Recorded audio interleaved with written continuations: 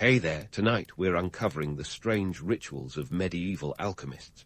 What you're about to discover might just make you question the fine line between science and magic in the flickering candlelit labs of the past. If these stories help you unwind, I'd love a quick like or subscribe, but only if they're genuinely working for you. I'm curious where in the world you're listening from, so drop your location and local time in the comments. It's amazing seeing our little community span the globe through these historical tales. Now get comfortable, perhaps dim the lights or find that perfect pillow position, and let's ease into tonight's journey together. The air is thick with the smell of sulfur, and you're elbow deep in a concoction that looks like the medieval version of a failed Pinterest project. Welcome to the world of alchemy, where turning lead into gold isn't just a hobby. It's a full-time gig.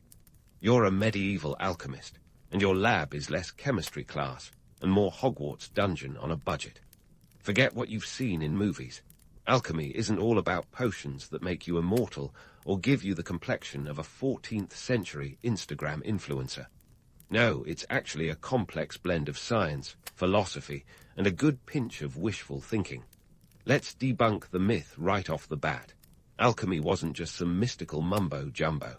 It's more like the medieval version of a get-rich-quick scheme, with a healthy dose of genuine scientific inquiry. You're probably wondering, who are these brave souls risking their eyebrows in the quest for the philosopher's stone? Meet Paracelsus, a rock star of the alchemy world. Born in Switzerland in 1493, he had a personality as explosive as the substances he worked with. Paracelsus was not just an alchemist, but a foundational figure in medicine, too. He challenged the medical norms of the day by suggesting that illness came from external sources, not just imbalances of the humors. Revolutionary, right? Paracelsus was that guy who walked into a room and questioned everything, including why people were drinking mercury for breakfast. Then there, S. Roger Bacon, who lived in the 13th century and was dubbed Dr. Mirabilis, or Wonderful Teacher. This Franciscan friar was obsessed with optics, mathematics, and the idea that science and religion could be best friends. Bacon believed in empirical methods long before they became trendy. He was basically the original science geek, and he thought that with enough study you could unlock the secrets of the universe, including, you guessed it, turning base metals into gold. Now, let's talk about what alchemy really involved. This wasn't just about sticking some lead in a pot and hoping for the best. No, there was a whole process. Calcination, dissolution, conjunction, fermentation, distillation, and coagulation. Sounds like a bad day at a hipster brewery, doesn't it? But for alchemists, each step was a crucial part of the magnum opus, the great work. But why all the fuss about gold? Well, in medieval Europe, gold was the Bitcoin of its day.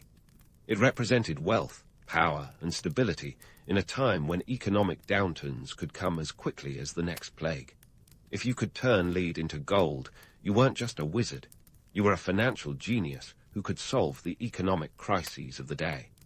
But let's be real, no one ever succeeded, and you could say that the real gold in alchemy was the knowledge gained along the way. While we're busting myths, let's address the elephant in the room. Alchemy wasn't just about hoarding gold. It was also deeply intertwined with medicine and philosophy. Alchemists believed the same processes that could purify metals could also cleanse the human body and soul. Paracelsus, for instance, used alchemical practices to develop medicines that were more effective than the leech-infested cures of the time. He was like the medieval version of a pharmaceutical company, minus the TV ads. And here's the kicker. Alchemy laid the groundwork for modern chemistry. Yes, the next time you're in your high school chemistry class wondering why you need to know the periodic table, you can thank an alchemist. They were the pioneers of experimental methods that would eventually give us the scientific method itself. So, as you sit in your dimly lit lab, surrounded by bubbling beakers and mysterious symbols, remember that you're part of a tradition that's more than just smoke and mirrors. Alchemy was a rich tapestry of ambition, philosophy, and the eternal human quest for something more. It was about transforming not just metals, but the very way we understand the world. And while turning lead into gold might still be out of reach, the real treasure was the legacy of knowledge left behind. Now, let's dive into the strange and bizarre rituals that would make even the most eccentric influencer's daily routine look downright mundane. We're talking about the kind of activities that would make modern-day lab safety officers break out in hives. The medieval alchemist's lab was a veritable circus of oddities, each act more eyebrow-raising than the last. First up, the piece de resistance of alchemical rituals, urine collection. Yep, you heard that right. Alchemists were obsessed with pee, and not because they had a strange affinity for bodily fluids. Urine was believed to contain the philosopher's stone in a liquid form. The golden hue of urine, see where I'm going with this, was a sign of its potential to transmute base metals into gold. But before you start eyeing your morning coffee with suspicion, let's get some context. Collecting urine was a systematic, albeit misguided, attempt at scientific inquiry. Alchemists saw it as a product of the human body's own natural chemistry, a source rich with potential. The average person, unknowingly contributing to the great work, could provide enough urine to keep a small alchemical operation running. And speaking of operations, these experiments weren't cheap. Imagine the medieval equivalent of a Kickstarter campaign, where instead of nifty gadgets, you're backing the next big breakthrough in turning chamber pots into treasure chests. The cost of maintaining a lab, even one as rudimentary as an alchemist's, was significant. Equipment like alembics and retorts didn't come cheap, and the more exotic the experiment, the higher the price tag. Then you had to consider the cost of raw materials, like mercury and lead, which were essential to most transmutation attempts. Who footed the bill, you ask? Wealthy patrons, of course. Alchemists often relied on the financial backing of nobles or kings who were lured by the promise of endless wealth. It was a high-risk, high-reward investment, much like today's venture capital. The patrons were convinced they were funding the next big thing, like medieval tech moguls hoping for a golden IPO, literally. Now, let's talk about another star player in the alchemical lineup, animals.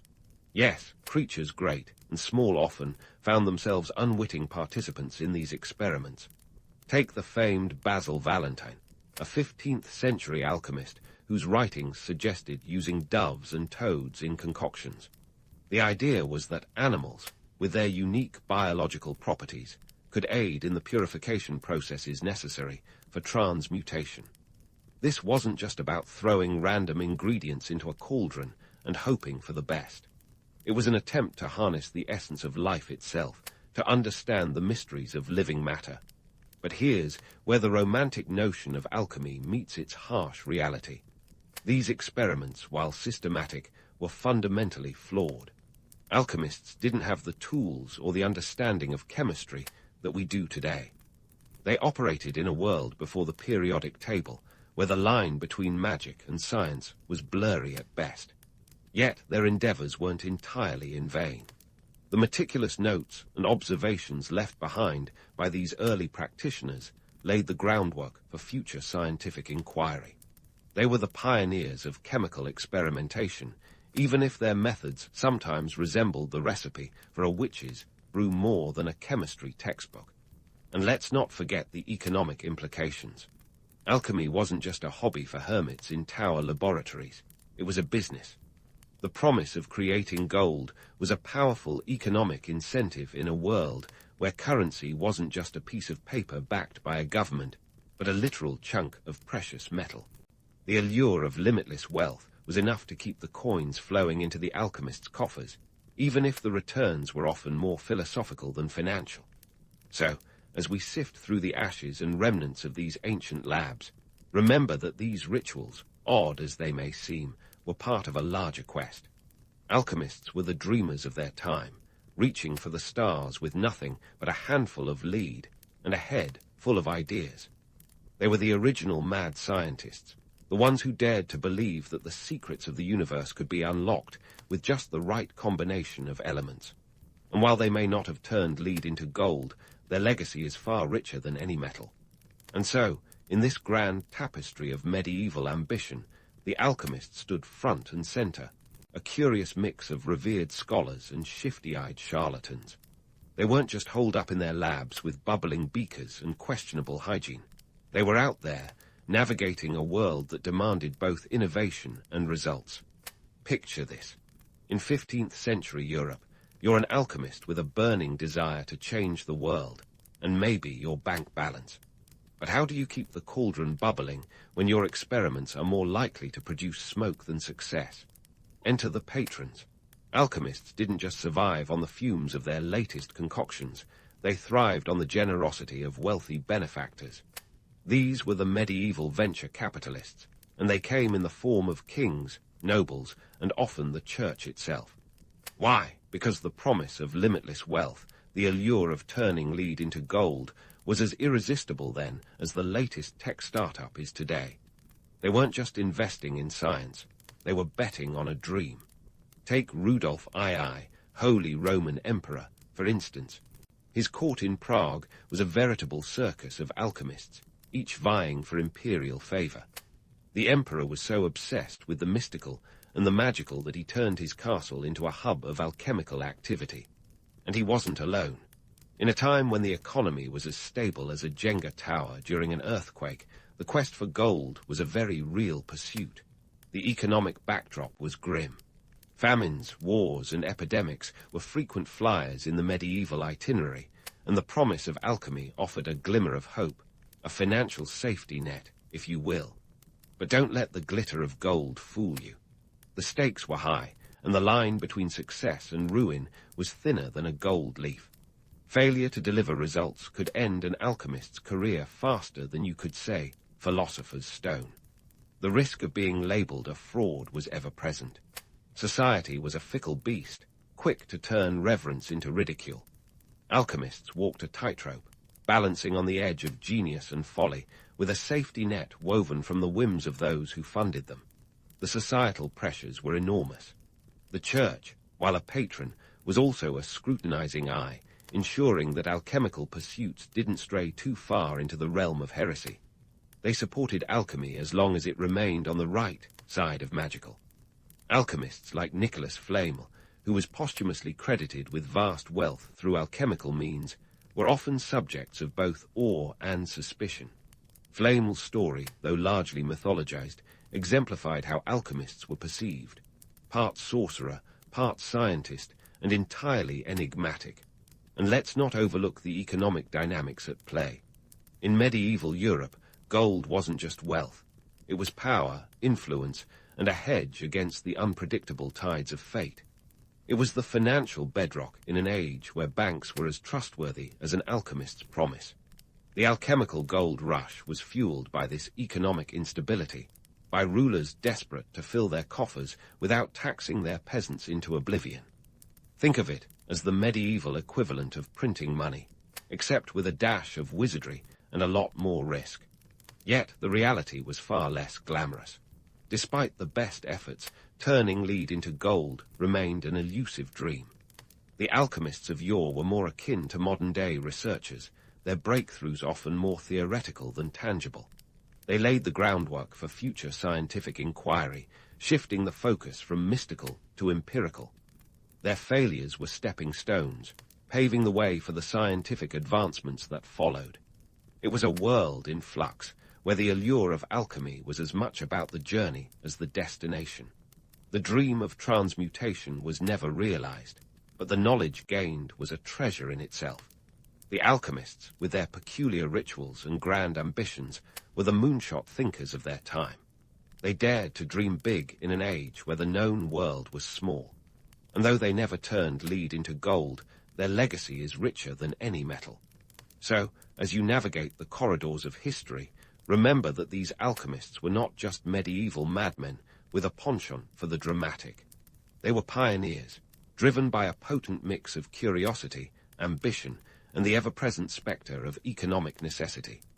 Their world was one of risk and reward, where the line between genius and madness was often blurred by the smoke of their own creations.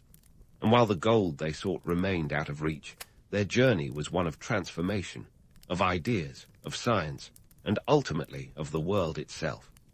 And stay tuned, because next up, we're diving into the mysterious symbols and coded language that alchemists used to cloak their work in secrecy.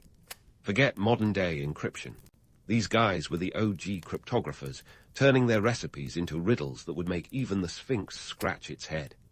And speaking of codes, alchemists weren't just dabbling in the mystical arts. They were playing the medieval version of cloak and dagger, where potions met power plays. These early chemists weren't just mixing elements. They were mixing in intrigue, often right under the noses of unsuspecting nobility. Their work was shrouded in secrecy, not just because they were guarding the recipe for turning lead into gold, but because their experiments often had more political implications than a Game of Thrones plot twist.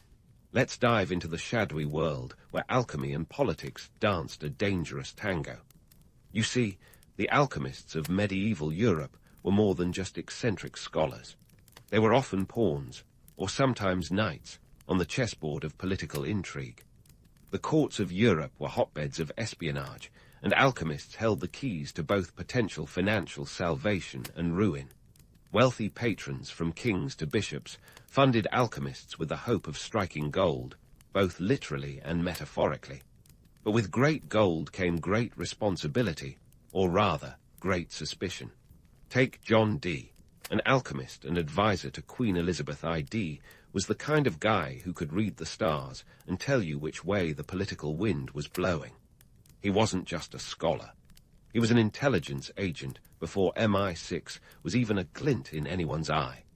His work included cryptography, the art of secret writing, which was essential in a world where open communication could lead to a swift trip to the Tower of London. Dee's life was a testament to the dual nature of alchemy. It was both a scientific pursuit and a tool of statecraft. And then there's the infamous case of Edward Kelly, a contemporary of Dee, who claimed to have the secret to creating the Philosopher's Stone. Kelly was more con artist than chemist, but his charm was enough to land him in the good graces of Emperor Rudolf II.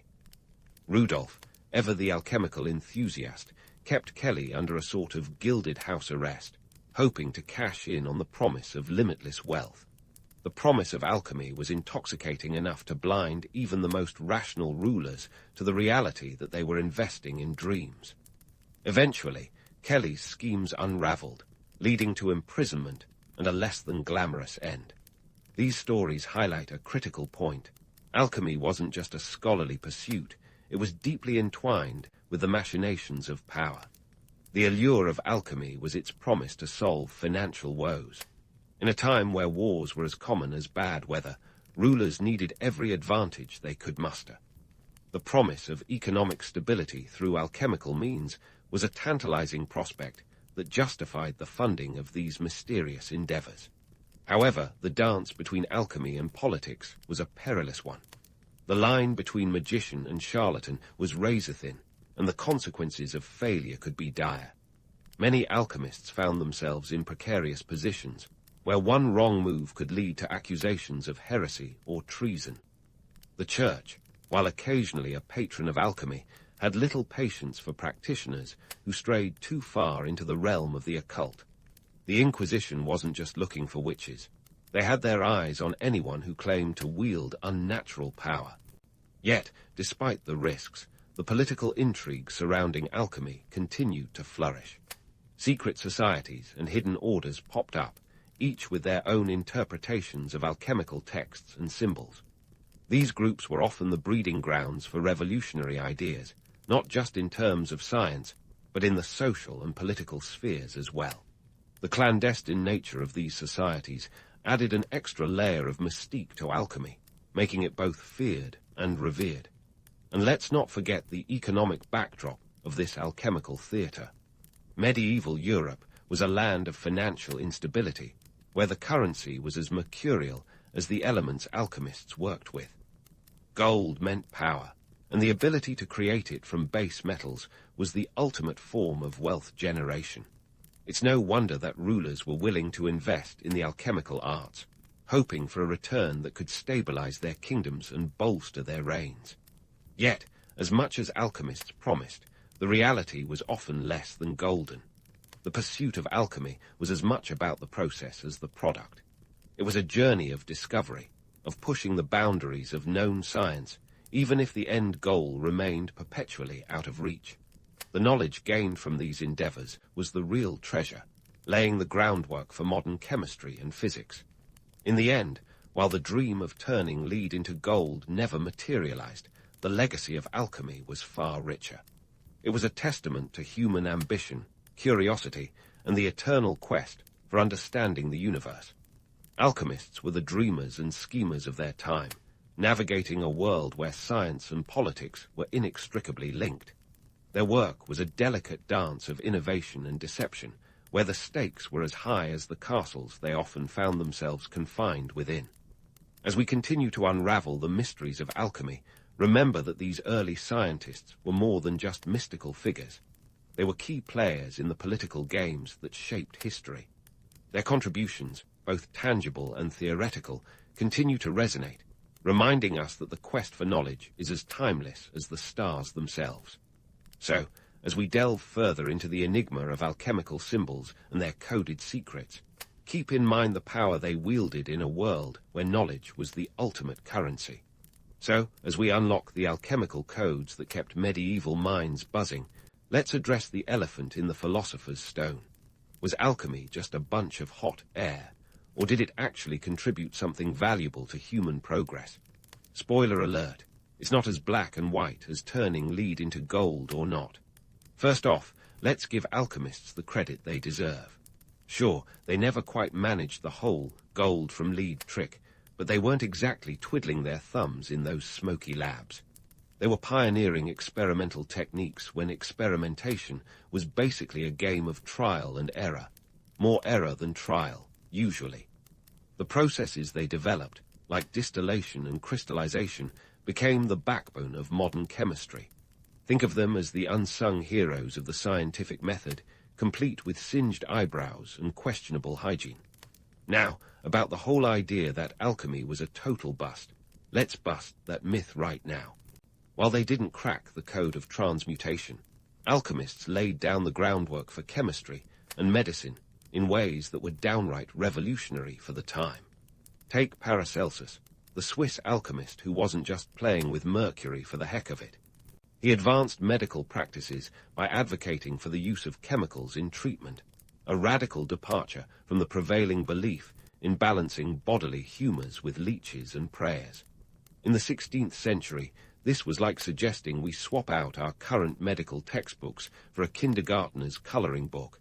And then there's the matter of lab equipment. Ever heard of an alembic?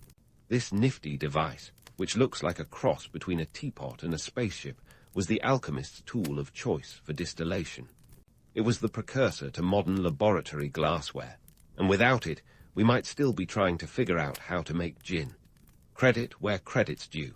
Alchemists were the original mixologists, and their concoctions were a little more life-saving than a margarita. Now, you might be thinking, why did people keep chasing alchemical dreams if they were so elusive? The answer is simple: hope. The promise of alchemy was like the medieval lottery, where the jackpot was endless wealth and eternal life. And who doesn't want a shot at that? Even today, alchemy holds a certain allure, whether it's in the form of New Age spirituality or the quest for the next big scientific breakthrough. It's the ultimate expression of humanity's desire to transcend the mundane and touch the divine, or at least make a quick buck. Economically speaking, alchemy was a gamble, and like any good casino, the odds were rarely in your favor. Yet the potential payoff was too seductive to ignore. In a world where economic stability was a pipe dream, alchemists offered a glimmer of hope. They were the original venture capitalists, except instead of tech startups, they were pitching the celestial equivalent of a pyramid scheme, albeit with significantly less regulatory oversight. So, while alchemy might seem like a quixotic quest from our modern vantage point, it's worth remembering that it was a necessary stepping stone. The alchemists' relentless pursuit of the unknown, their willingness to experiment, and their desire to push the boundaries of knowledge contributed to the scientific advances that followed. They were the proto-scientists who dared to dream, even if those dreams sometimes involved a little too much mercury inhalation. In the grand tapestry of history, Alchemy occupies a curious place. It's a testament to the human spirit's refusal to accept limits, the desire to turn the ordinary into the extraordinary. And while the alchemists may not have unlocked the secrets of transmutation, they transformed something far more vital: our understanding of the natural world. So, next time you mix vinegar and baking soda for a science fair volcano, give a nod to those medieval alchemists. They might not have turned lead into gold, but they helped turn curiosity into knowledge. And that, my friends, is the real magic. The rooster's crow slices through the pre-dawn mist, your ancient alarm clock with feathers and an attitude. You're up with the sun, thanks to your thatched-roof hut's lack of blackout curtains. Because in 500 AD China, the architecture is more about keeping the rain out than sleeping in. Your abode is a humble one, made from mud bricks with a roof that's more straw than substance. It's cozy, if you're into minimalism, and not much bigger than a modern studio apartment. But hey, if you were looking for spacious living, you should have been born into nobility. You slip out from under your straw mat and head straight for the fire pit, where the embers from last night's fire still cling to life. There's no gas stove or electric kettle here, just raw fire and a morning ritual of coaxing it back to life. You've got a busy day ahead, and it starts with a pot of millet porridge. Rice might be the superstar of Chinese cuisine today, but back in your peasant world, millet is the real MVP. It's cheap, filling, and grows in the dry soils of northern China, where you call home.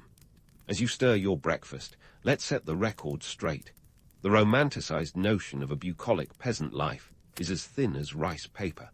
Sure, there's something idyllic about the idea of living off the land, but the reality is a grind.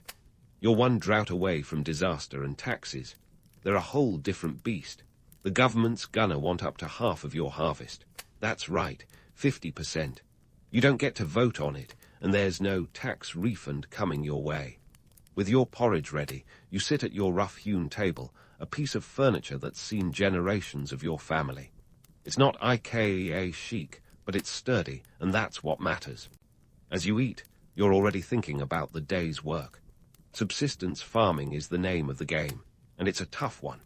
Your fields are your lifeline, and every day is a battle against the elements, pests, and the whims of fate. Now let's talk economics, because it's not just about what you grow, but how you trade. The local market is a complex web of barter and exchange, and here's a fun fact. Money as you know it isn't the main currency. Sure, there are coins, copper cash with a square hole in the middle, useful for stringing them together, but barter is king. You've got rice and you need salt. Trade with the salt merchant who trekked in from the coast. 1 gin, about 1. 1 pound of salt can cost you dearly, sometimes as much as a month's worth of millet. It's a salty reminder of the supply chain challenges in ancient times. As you finish breakfast, you think about the social landscape. Your village isn't just a collection of huts, it's a microcosm of the empire. You've got your village elders, the de facto rulers of this rural fiefdom, and then there's the landlord, who's more interested in your yield than in your well-being. Remember, the kingdom's stability relies on your productivity. If you don't produce, the empire doesn't eat. Talk about pressure. With the sun finally up, it's time to head to the fields. You grab your hoe, worn smooth by calloused hands, and step into the morning light. The air is crisp, the ground damp with dew, and the day stretches out before you like an endless tapestry of toil. Farming isn't just a job. It's a test of endurance, a daily ritual that leaves little room for romantic notions. And yet, amid the sweat and labor, there's a rhythm to the work, a cadence that ties you to the earth and to the generations of farmers who came before you. It's not a life of ease, but it's your life, carved from the soil and shaped by the seasons.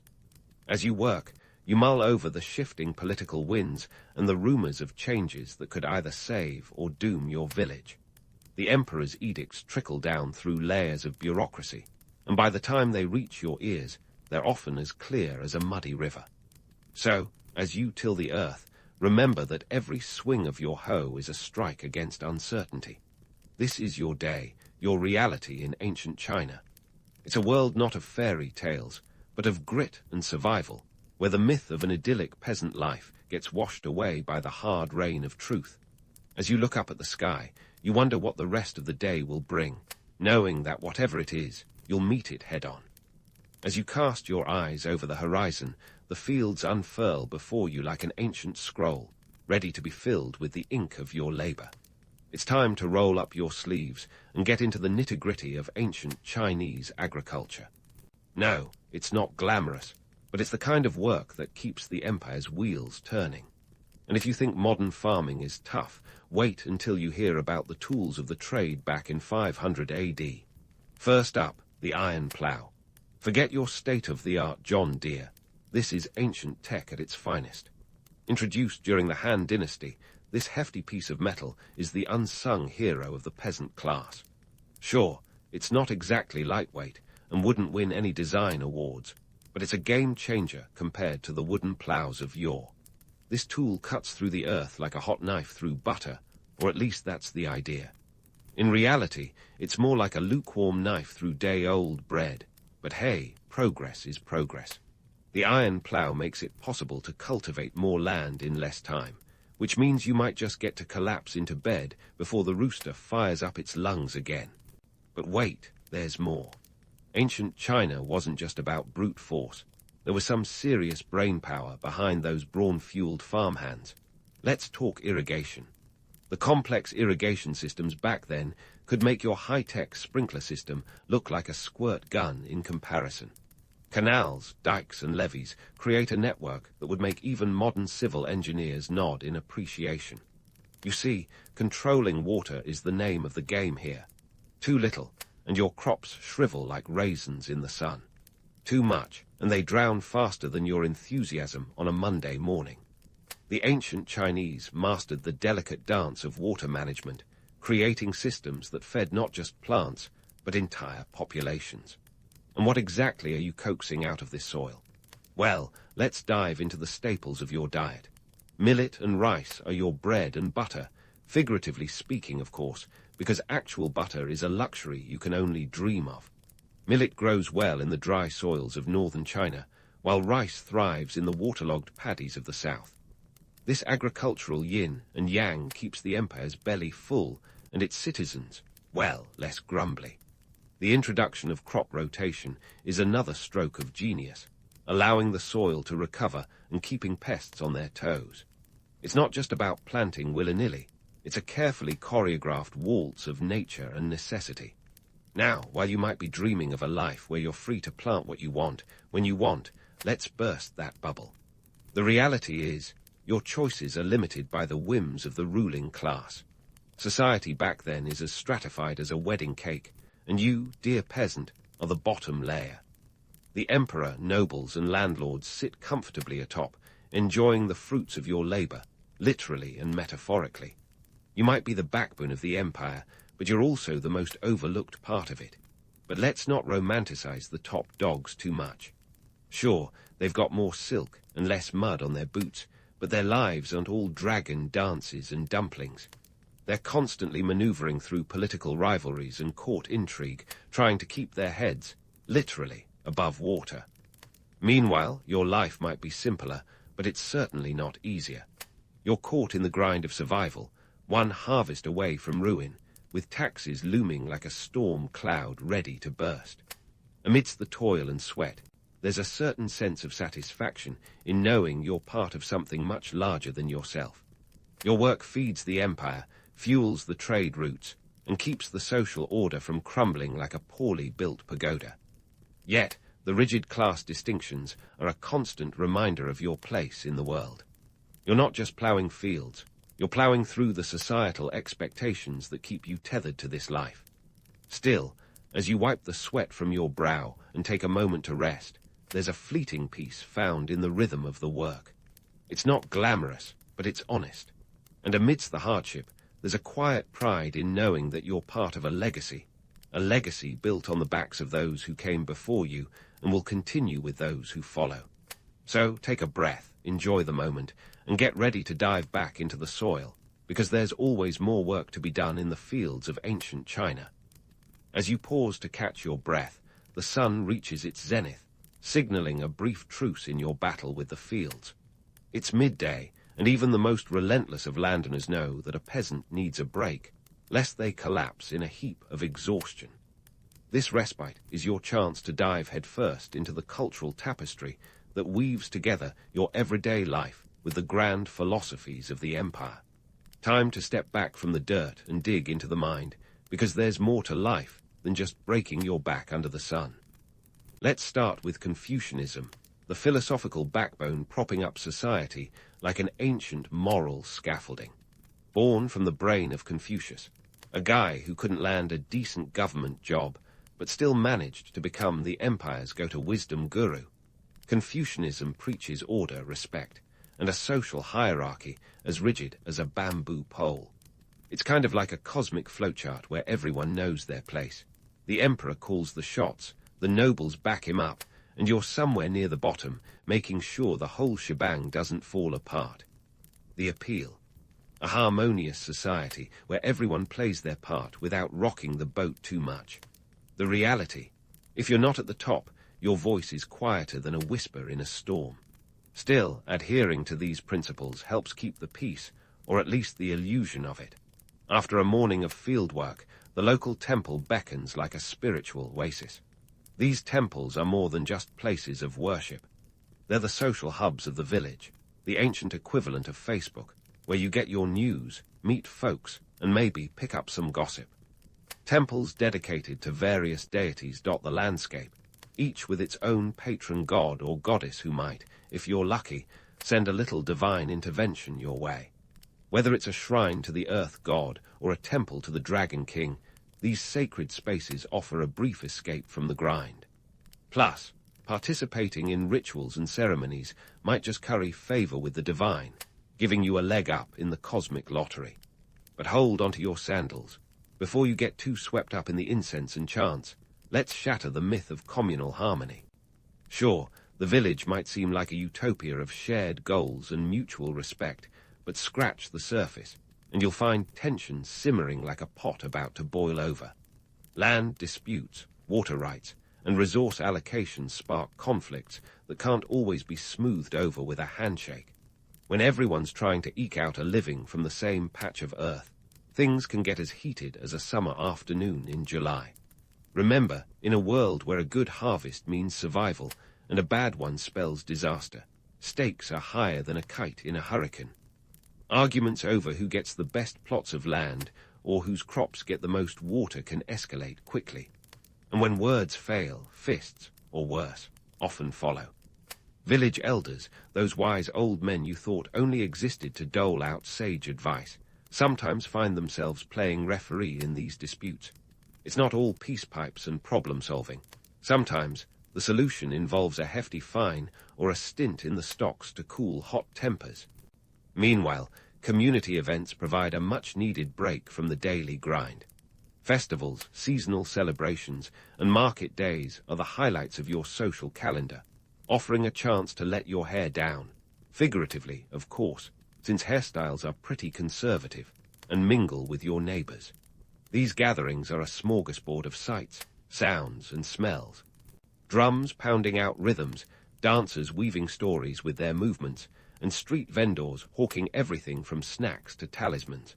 It's a sensory overload that makes the drudgery of fieldwork fade into the background, if only for a little while. But let's not get carried away with the romance of it all. While festival days bring a sense of unity and celebration, they also highlight the stark realities of your social standing. The landlord's family might arrive in their finest silks, while you make do with your everyday garb, patched and worn but serviceable. These events are a microcosm of the larger societal structure, reminding you of your place in the grand scheme of things. Yet, amidst the inequality, there's a shared humanity that binds everyone together, an unspoken camaraderie that transcends status, at least until the next tax collection. Speaking of taxes, don't forget the state's cut of the action. Whether it's a slice of your harvest or a levy on your livestock, the government's always got its hand out. It's a reminder that while you might be enjoying a day of festivities, the tax collector never takes a holiday. And when the time comes to pay up, you better hope your crops have been bountiful, or you'll be bargaining with whatever goods you can spare. It's a delicate dance of give and take, where the stakes are your livelihood and the audience is an empire built on the backs of its peasantry. So, as you sip on some homemade rice wine, take a moment to reflect on the social fabric that holds your world together. It's a patchwork quilt of philosophy, religion, and community, stitched tight with threads of duty and obligation. Confucian ideals might provide the blueprint, but it's the everyday interactions, the temple rites, the festival dances, and yes, even the disputes that bring it all to life. As you watch the sun dip below the horizon, casting the fields in a golden glow, you realize that while the work is hard and the days long, there's a beauty in the struggle, a beauty that's as enduring as the land itself. As you make your way back to your hut, the evening air cool against your skin, the sounds of the village begin to quiet down. The day's labors, both in the fields and in the heart, leave their mark, a testament to the resilience required to navigate life in ancient China. Yet, as you lay back on your straw mat, there's a sense of fulfillment that comes from knowing you're part of something larger than yourself. Tomorrow will bring new challenges, new conflicts, and new opportunities for growth. But for now, under the vast expanse of the night sky, you find a moment of peace in the knowledge that you've contributed to the great tapestry of history, one day at a time. As the stars begin to twinkle like the emperor's finest robes, and the village quiets down, your thoughts inevitably drift toward the political machinery that grinds away in the background of your peasant life, often with more noise than a blacksmith's forge. You might think politics is a luxury for those with silk robes and time to spare, but let's dispel that myth right away. The political landscape is as much a part of your day as your morning porridge. Welcome to the grand chessboard of dynastic China, where you, dear peasant, are both a pawn and the board on which this game is played. From the Han to the Sui dynasty, your life is shaped by imperial decrees and the whims of those who have never tilled a field in their lives. The dynasties of ancient China are like a never-ending relay race, each one grabbing the baton with promises of prosperity and order, while you hope not to trip over their ambitions. The Han dynasty, often remembered for its golden age of cultural and scientific achievement, casts a long shadow over your world. It's the era that introduced the civil service exam, a well-meaning attempt to ensure that government officials were more than just noble offspring with good connections. Yet for you, this means that the bureaucrats who decide your fate can at least read the edicts they enforce. A small comfort when those edicts come with demands for taxes, labor, and grain. Under the Han, taxes could gobble up to 50% of your harvest, a figure that's more terrifying than a tax collector in a bad mood. But taxes aren't the only thing on the imperial agenda. Enter military conscription, a practice as old as the Great Wall itself. Every able-bodied male is a potential soldier, ready to be marched off to defend the empire's borders, or worse, to expand them. The Han dynasty, with its eyes set on the silk-rich lands of Central Asia, is more than happy to enlist you in its grand adventures. Forget about the romanticized notion of a soldier's life. You're more likely to face dysentery than glory. And if you survive, there's no guarantee you'll return to a farm that can feed you. Speaking of survival, let's wade into the murky waters of rebellion. The threat of uprising is as constant as the Yangtze's current, a reminder that even the mightiest dynasties can falter. The Yellow Turban Rebellion, which erupted in 184 AD, is a case in point. Sparked by famine, corruption, and a government as out of touch as a cloud with the earth, this uprising saw peasants donning yellow scarves and taking up arms against the Han. For you, rebellion is a double-edged sword, a chance to shake off the yoke of oppression or a path to further chaos and devastation. Rebellions are born from desperation, from the knowledge that one bad harvest or one unjust mandate could spell ruin. Yet they're also fueled by the idea that change is possible, a tantalizing mirage in the desert of daily toil. But beware, for history is littered with the bones of those who underestimated the cost of change. The Sui dynasty, following the Han, would learn this lesson well, as its grandiose projects and relentless taxes sparked unrest that would eventually lead to its downfall. Now, let's talk about the imperial mandates that flutter down like leaves from the capital, each one as inscrutable as a philosopher's riddle. These mandates dictate everything from the crops you plant to the taxes you pay and the rituals you observe. They're the emperor's way of reminding you who's boss, a distant voice that echoes through the corridors of power and lands squarely on your shoulders. But don't let the flowery language fool you. At their heart, these mandates are about control, a way to ensure that the empire's vast machinery runs smoothly, even if it occasionally grinds you underfoot. Caught in the crossfire of these dynastic power struggles, you learn to navigate the shifting tides with the skill of a fisherman on a stormy sea. You're not just a peasant. You're a survivor, adept at reading the signs of impending change and adjusting your sails accordingly. Whether it's the rise of a new dynasty or the fall of an old one, you know that the key to survival is adaptability. It's a lesson taught by the land, by the river, and by the history that surrounds you. Yet, amidst the chaos, there's a peculiar sort of stability. The cycles of planting and harvest, of birth and death, continue unabated, a reminder that life goes on despite the upheavals of empires. You find solace in the small certainties of daily life, in the knowledge that while dynasties may rise and fall, the soil beneath your feet remains. It's a comfort as enduring as the mountains, a testament to the resilience of the human spirit in the face of an ever-changing world. As the moon casts its silver light over the fields, you know that tomorrow will bring new challenges and new demands from those who wield power. But for now, you take a moment to reflect on your place in this vast tapestry, a single thread in the intricate weave of history. You might not be a king or a noble, but your labor, your sweat, and your perseverance are the true foundation of the empire.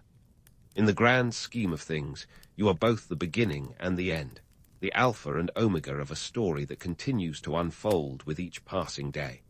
As you trace your steps back home, the weight of the day's work clings to you like the dust from the fields. The setting sun paints the village in a warm glow, a momentary illusion of serenity in a world that demands more than it gives. Back in your humble abode, the aroma of a simple meal greets you, a testament to the culinary ingenuity that turns the mundane into sustenance.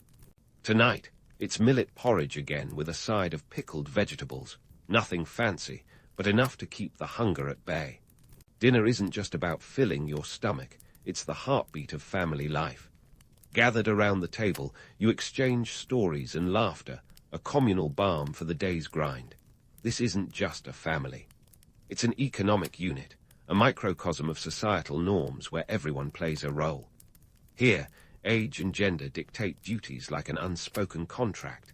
The elders offer wisdom and sometimes unsolicited advice, while the children learn their place in the pecking order, helping with chores and absorbing the unwritten rules of survival. The myth of the idyllic family dinner dissolves into a reality that's more about function than formality, a necessity rather than a nightly gala. Your family is your support system, a buffer against the unpredictability of life. But it's also a reflection of the rigid hierarchy that extends beyond your walls. The Confucian ideal of filial piety is alive and well, demanding respect for those who came before you and those who'll carry your name forward.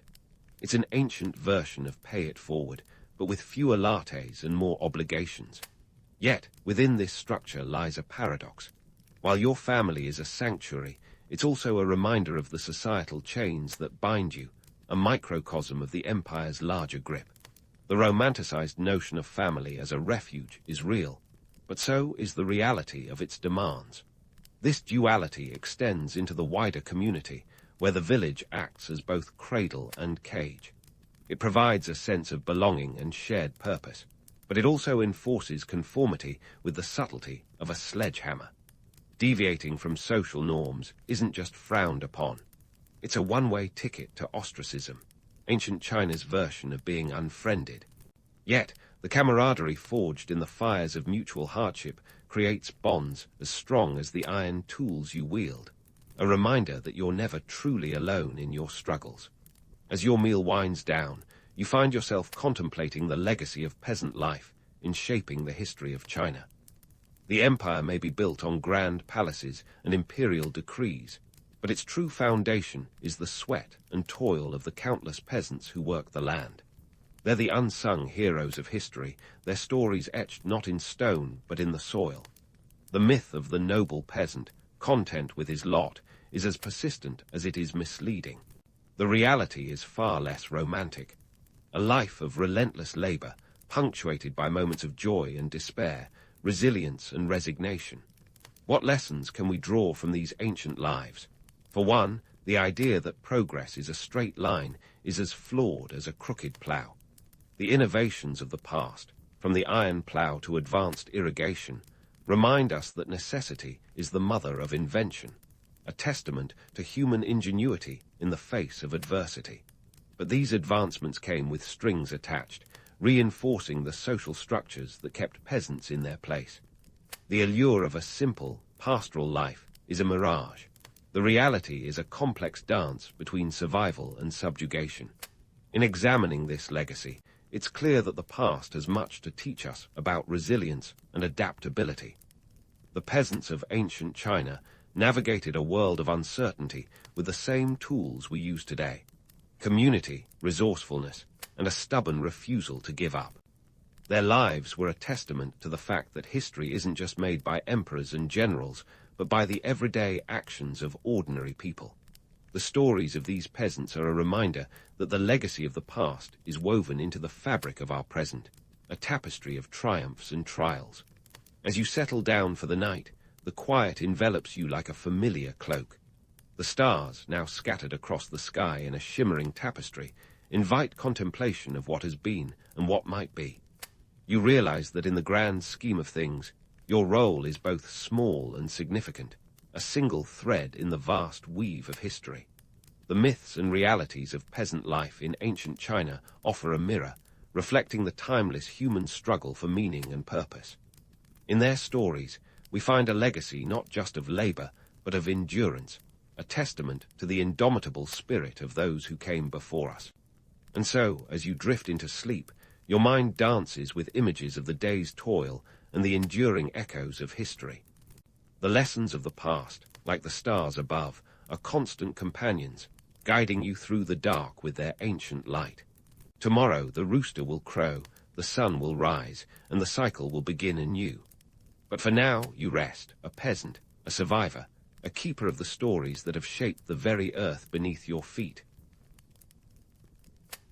In the sunlit chaos of Alexandria, where the scent of the Mediterranean mingled with the din of bustling streets, a young Cleopatra was sharpening more than just her language skills. Born in 69 BCE, Cleopatra VII Philopator say that 5 times fast wasn't your average Egyptian princess. For one, she wasn't even Egyptian by blood. The Ptolemaic dynasty, founded by one of Alexander the Great's generals, was Macedonian Greek.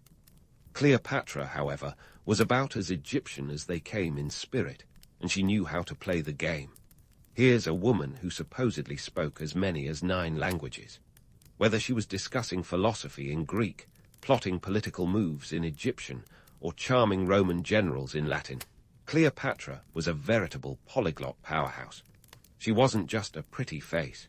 She was a multilingual genius in an era when most rulers were struggling to master one language, let alone multiple. Forget Hollywood's version of Cleopatra as the sultry seductress. Sure, the myths of her legendary beauty are intoxicating, but they're about as reliable as a politician's promise. Contemporary coins and sculptures suggest that Cleopatra was more brains than bombshell. Roman historians like Plutarch, writing over a century after her death, were already spinning tales of her allure, conveniently ignoring her political acumen, which was as sharp as a pyramid's edge. Cleopatra's true power lay in her wit, charisma, and strategic mind. She was the kind of ruler who could outsmart you in the morning and make you laugh about it over dinner.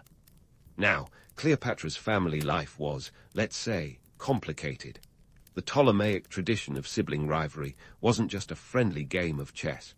Try civil wars, poisonings, and a general atmosphere of mistrust. Cleopatra was the daughter of Ptolemy XII Auletes, a king who had a knack for making enemies faster than allies. When he wasn't busy appeasing Rome by emptying Egypt's coffers, he was engaged in a constant struggle to keep his throne. Cleopatra learned early that power was never secure, and that family ties were sometimes more noose than safety net. In 51 BCE, when Cleopatra became co-ruler with her father, she was only about 18 years old. Ptolemy XII, as it turned out, was not exactly the epitome of a stable ruler. Known as the flute player for his love of music, though probably not for his musical talent, his reign was marked by a series of financial missteps that left Egypt in debt. Cleopatra, however, wasn't one to let a little economic ruin her day. She saw the financial dependency on Rome not just as a burden, but as an opportunity to be leveraged. When Ptolemy XII shuffled off this mortal coil, Cleopatra took the reins, not alone, of course, but alongside her younger brother Ptolemy XIII. The catch: they were supposed to rule jointly as per their father's will, a clause that Cleopatra likely viewed as more of a polite suggestion than a binding contract. In the grand tradition of Ptolemaic sibling relations, it wasn't long before the two were at each other's throats, figuratively speaking at first, literally later on. Cleopatra's early maneuvers were a masterclass in subtle politics. While her brother was busy playing the part of a puppet king, Cleopatra was solidifying her support base, aligning with influential courtiers, and managing the complexities of a kingdom that was both a cultural melting pot and a political powder keg. She understood that Egypt's wealth, its grain, its strategic position, its history, was both a prize and a liability in a world dominated by Roman ambition. The myth of Cleopatra as a figure of exotic allure persists because it's a tale as seductive as it is misleading. But the truth is far more compelling. Cleopatra was a woman who wielded power not through her looks, but through her intellect and political savvy, a ruler who understood the intricacies of diplomacy and the brutal calculus of power. As the sands of time shifted beneath her, she didn't just stand her ground. She danced deftly across it, crafting a legacy that would endure long after her kingdom had fallen. It was as if Cleopatra had been training her whole life for the ultimate game of thrones, and the stakes had never been higher. Enter Julius Caesar, the Roman general and statesman whose very name could send a shiver down the spine of any self-respecting ruler of the ancient world. In 48 BCE, as the Roman civil war raged on, Caesar made his way to Alexandria, ostensibly to pursue his rival Pompey. But what he found was a city simmering with its own familial discord, a perfect storm of political opportunity and chaos. Cleopatra knew a golden chance when she saw one. Here was Caesar, fresh from his recent victories, a man whose ambition was only rivaled by his ego. But getting an audience with Caesar wasn't as simple as knocking on the palace door and asking for a chat over a goblet of wine. No, Cleopatra had to be more ingenious than that. The story goes that she had herself rolled up in a carpet, or more accurately, a bed sack, and smuggled into Caesar's apartments. Talk about making an entrance. It's a tale that's become the stuff of legend, but let's be real. This wasn't just a quirky meet-cute. It was a tactical maneuver that screamed, "I'm as committed to this alliance as I am to defying gravity." Caesar was reportedly amused, impressed, and more importantly, intrigued. Cleopatra was not just a monarch. She was a strategic partner who offered him something no Roman general could. Egypt was the breadbasket of the ancient world, its granaries bursting with the grain that fed Rome's ever-hungry populace. Aligning with Cleopatra meant securing a reliable food supply, a crucial advantage in any power play. In return, Cleopatra sought to solidify her claim to the throne of Egypt, a claim threatened by her own brother Ptolemy XIII, and a faction that favored Roman intervention. Now, before your imagination runs wild with images of candlelit dinners and stolen glances across the table, let's dial it back a notch. Was there romance?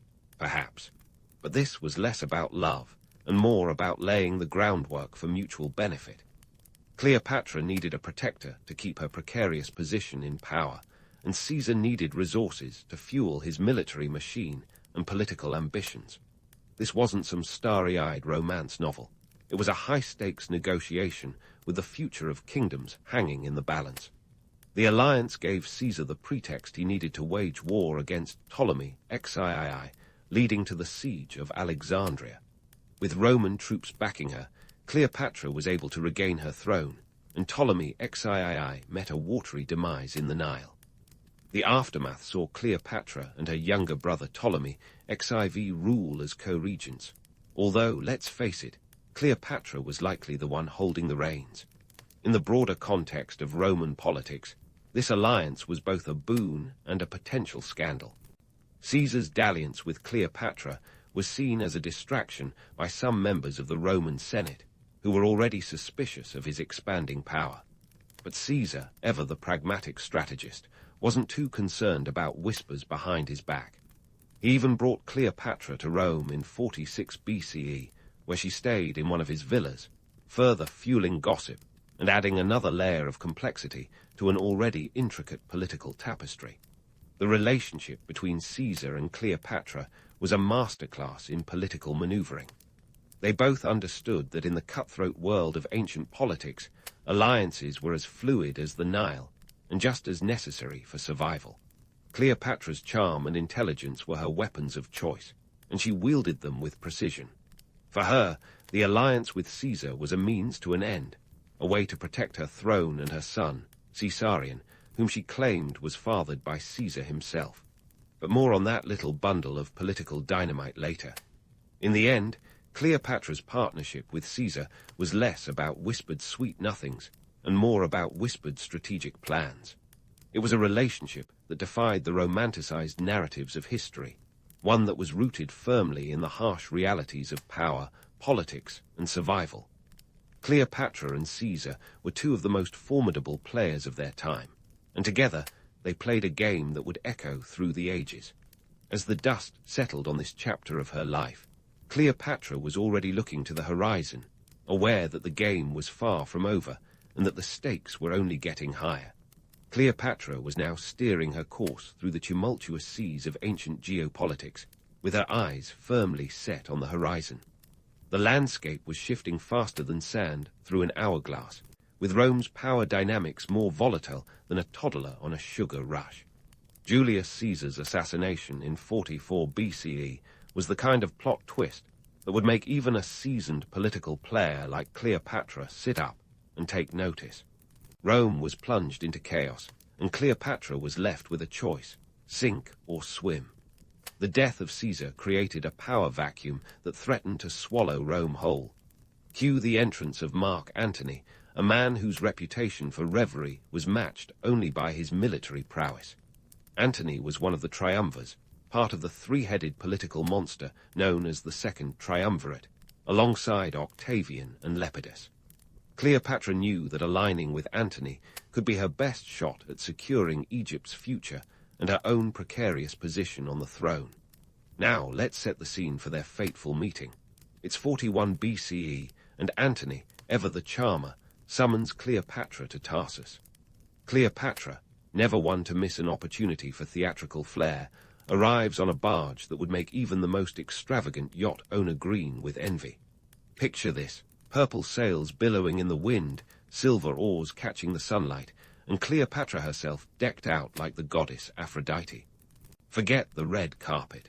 This was a grand entrance fit for a queen, or a woman who knew exactly how to get what she wanted. Antony was captivated, and who could blame him? Cleopatra wasn't just putting on a show. She was setting the stage for a partnership that would redefine the rules of the game.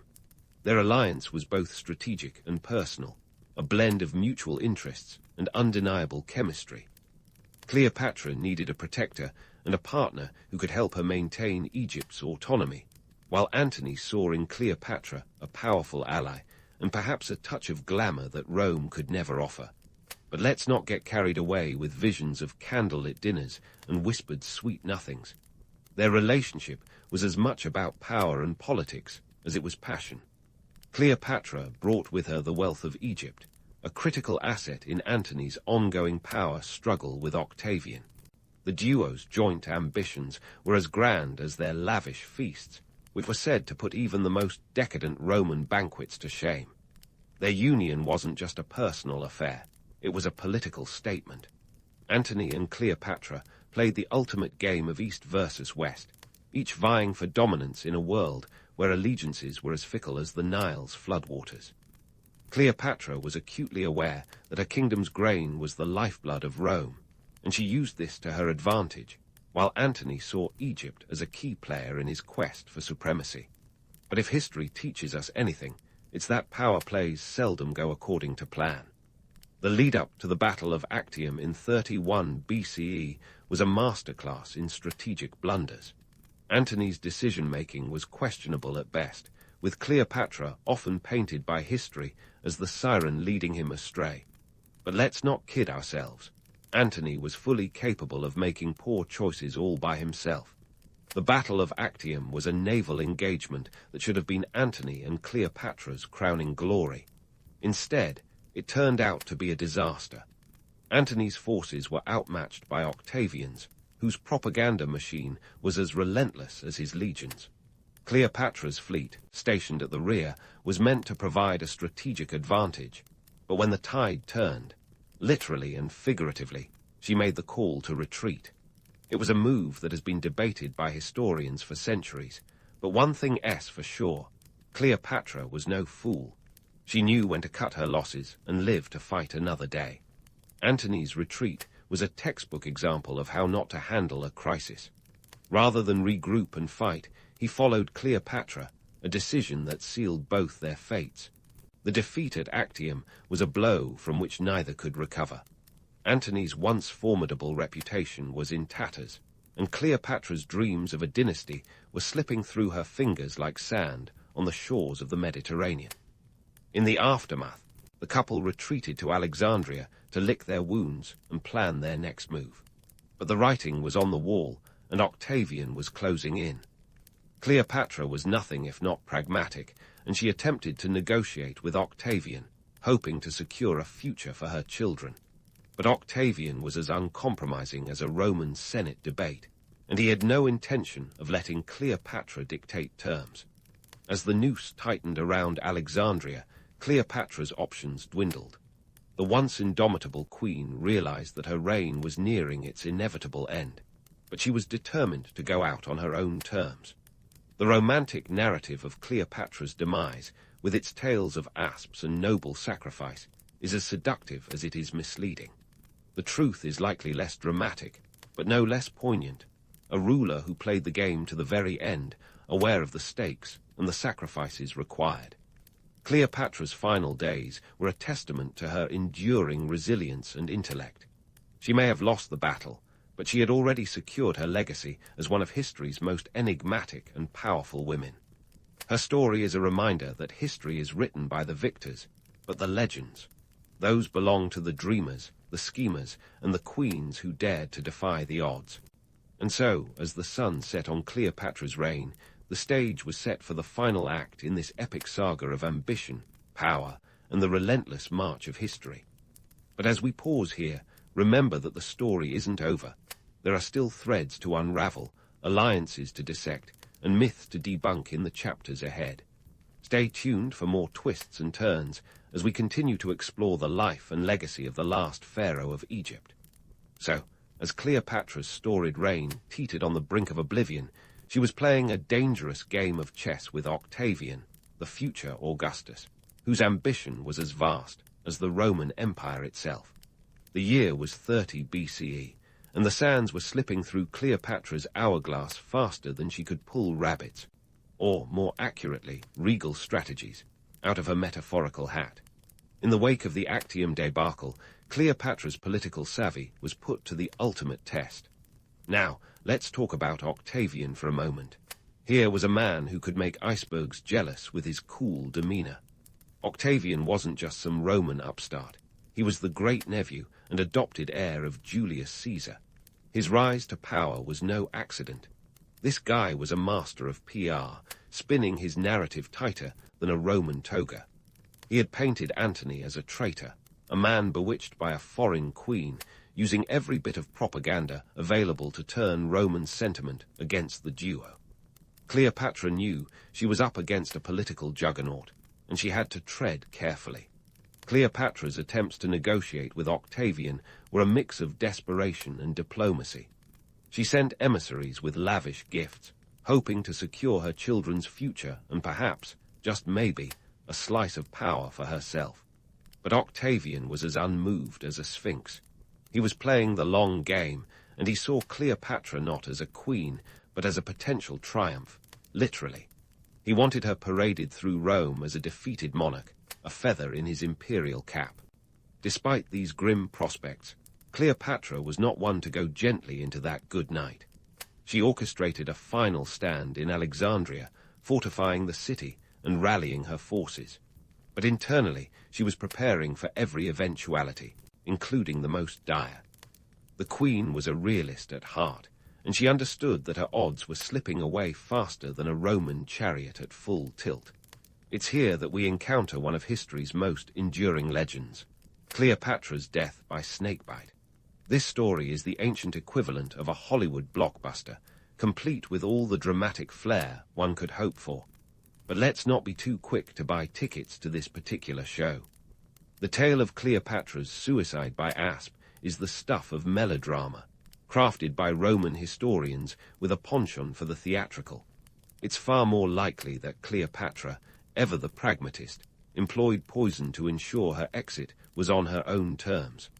After all, if she couldn't defeat Octavian on the battlefield, she'd deny him the satisfaction of her capture. Consider the logistics. An asp, or Egyptian cobra, isn't exactly an assassin you can keep in your pocket for emergencies. Poison, on the other hand, was a tool of the trade for the political elite of the time, a more reliable method than hoping a snake would do the job quickly and painlessly. Cleopatra had always been a woman who controlled her destiny, and this final act was no exception to her rule. But why the snakebite story, you ask? Well, there's a certain allure to the image of Cleopatra, regal and defiant, choosing death by snake, a symbol of royalty and divinity in ancient Egypt. This narrative played perfectly into the Roman portrayal of Cleopatra as an exotic, dangerous femme fatale, an image that would endure through the ages. It was a convenient tale for Octavian, who could present her death as an inevitable conclusion to a life lived on the edge of empire and ambition. Her death marked the end of the Ptolemaic dynasty and the beginning of Egypt's absorption into the Roman Empire, a transition fittingly dramatic for such a historic saga. Octavian, now unchallenged, went on to solidify his power, becoming the first Roman emperor, Augustus. Cleopatra's children were either absorbed into Roman society or quietly removed from the political equation. Her son, Caesarion, the last flicker of her dynastic ambitions, was executed, Octavian's way of ensuring no lingering threats to his newfound power. Cleopatra's demise was not just the end of an era. It was a seismic shift in the political landscape of the ancient world. Her life and death were a testament to the complexities of power, the intricacies of politics, and the timeless allure of a story well told. Her legacy, tangled in myth and reality, is a potent reminder that history is as much about the tales we tell as the truths we uncover. As we press pause on Cleopatra's story, keep in mind that her legacy isn't confined to the annals of ancient history. Her life echoes through the halls of power, a cautionary tale of ambition, love, and the relentless pursuit of influence. The final act may have closed on Cleopatra, but the curtain is only just rising on the next chapter of this grand historical drama. Stay tuned, my friends, for there's more intrigue and enlightenment to come as we continue to unravel the life and times of this unparalleled queen. Now, as we wrap up this epic saga, let's sift through the sands of time to see what Cleopatra truly left behind. Spoiler alert, it's more than just a list of famous lovers and a penchant for dramatic exits. Cleopatra's legacy is a tapestry woven with threads of myth and reality, each more colorful than the last. For starters, Cleopatra's life became the blueprint for the ultimate story of power, passion, and politics, a narrative ripe for reinterpretation through the ages.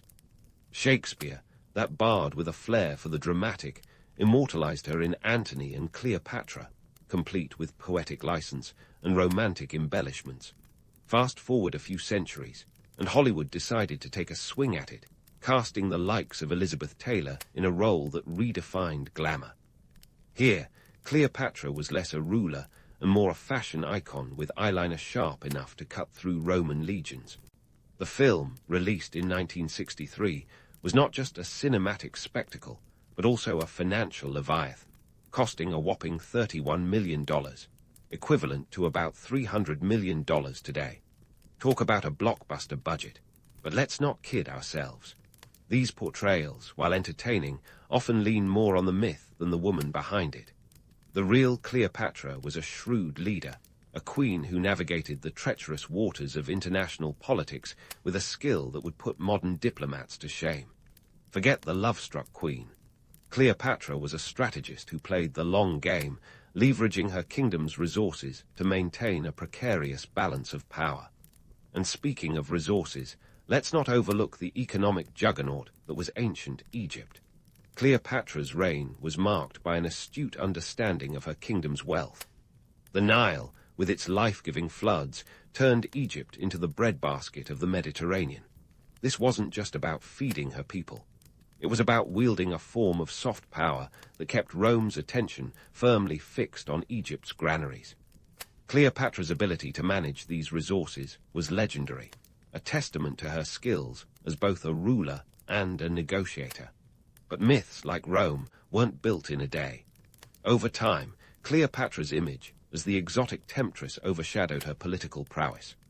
Roman historians like Plutarch and Cassius Dio painted her as a figure of enchanting allure, a foreign queen who seduced mighty men and led them to ruin. Why, you ask?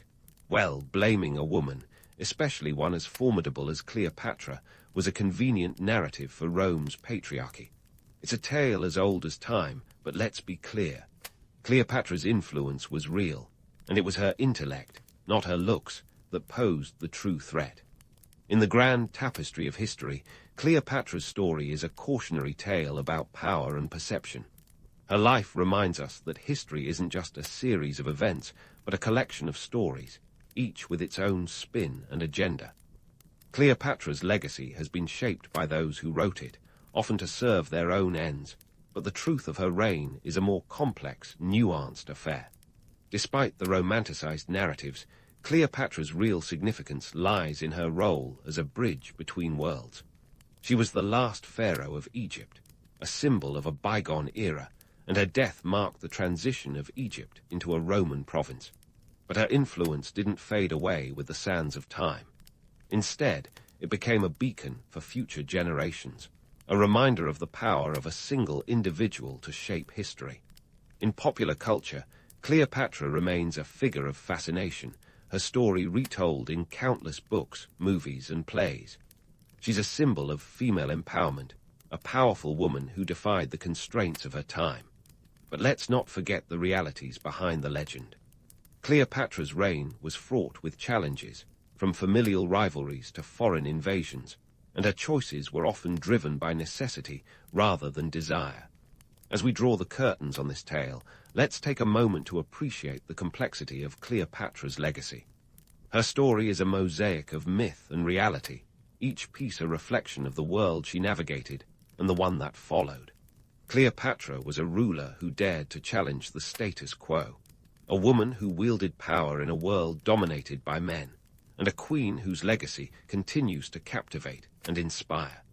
And so, as we leave the banks of the Nile and the shadow of the pyramids, remember that Cleopatra's life is more than just an ancient tale. It's a lesson in resilience, a testament to the power of narrative, and a reminder that history is as much about the stories we tell as the truths we uncover. The queen may have fallen, but her legend endures, echoing through the ages as a testament to the enduring allure of a story well told. You open your eyes to the sound of distant clanking, like a blacksmith has set up shop in your tent. But now, it's just another day in the life of a knight in the Crusades. Before you can even stretch out the morning stiffness, you're reminded that medieval mornings are less about leisurely coffee and more about grinding reality. Forget the gleaming Hollywood image of knighthood.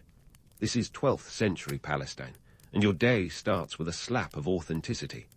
First up, your squire, a bright-eyed teenager who's more enthusiastic than skilled, wakes you up with a loaf of stale bread and a cup of something that might be ale but tastes more like regret.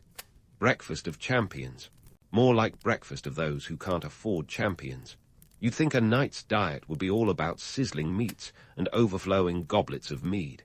Instead, it's whatever can be preserved and carried across a desert. Food is fuel, not fantasy. As you munch on your medieval granola bar, let's talk about that shiny suit of armor. It's not just a metal jacket, it's a serious financial commitment. You've probably dropped about 40 pounds. No, not weight money.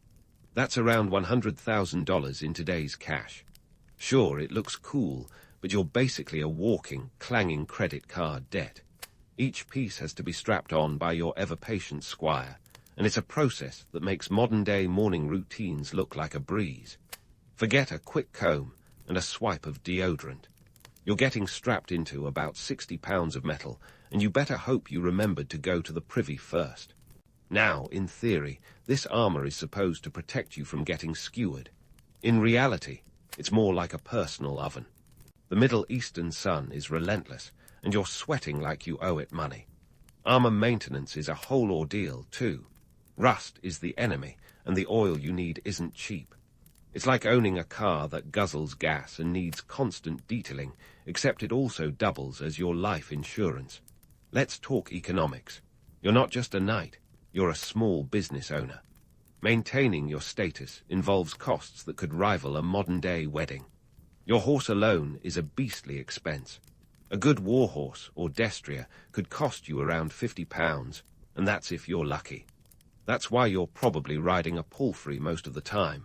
Cheaper, less battle-ready, but it gets you from point A to point B without breaking the bank. Feeding and stabling these beasts is another story, and hay doesn't come cheap in a desert. As you clomp around camp, you'll notice that this isn't just about fighting for Christendom. It's about navigating the complex web of alliances and rivalries. You might be thinking you're here for glory and faith, but let's be real. It's as much about land and loot. Crusades are expensive, and you're hoping to make back your investment with a little plunder on the side. You're not the only one with that idea, though. Everyone's got an eye on the same prize, and the political intrigue is as sharp as any sword. Your morning isn't complete without a quick briefing from your liege lord. He's got dreams of carving out his own kingdom, and you're one of the many pawns in his chess game. The talk is all about strategy, routes, and the ever-present supply issues. Logistics are the real battle. Keeping everyone fed and armed is a nightmare, and there's no medieval Amazon Prime to save the day. And now, a word on the romanticized notion of chivalry. Sure, it's this high-minded code of conduct, but in the real world, it's more about not stabbing your fellow knight in the back, literally and figuratively. The rules are flexible, especially when survival's at stake. The idea of honor sounds nice in poetry and song, but out here, it's more about practicality.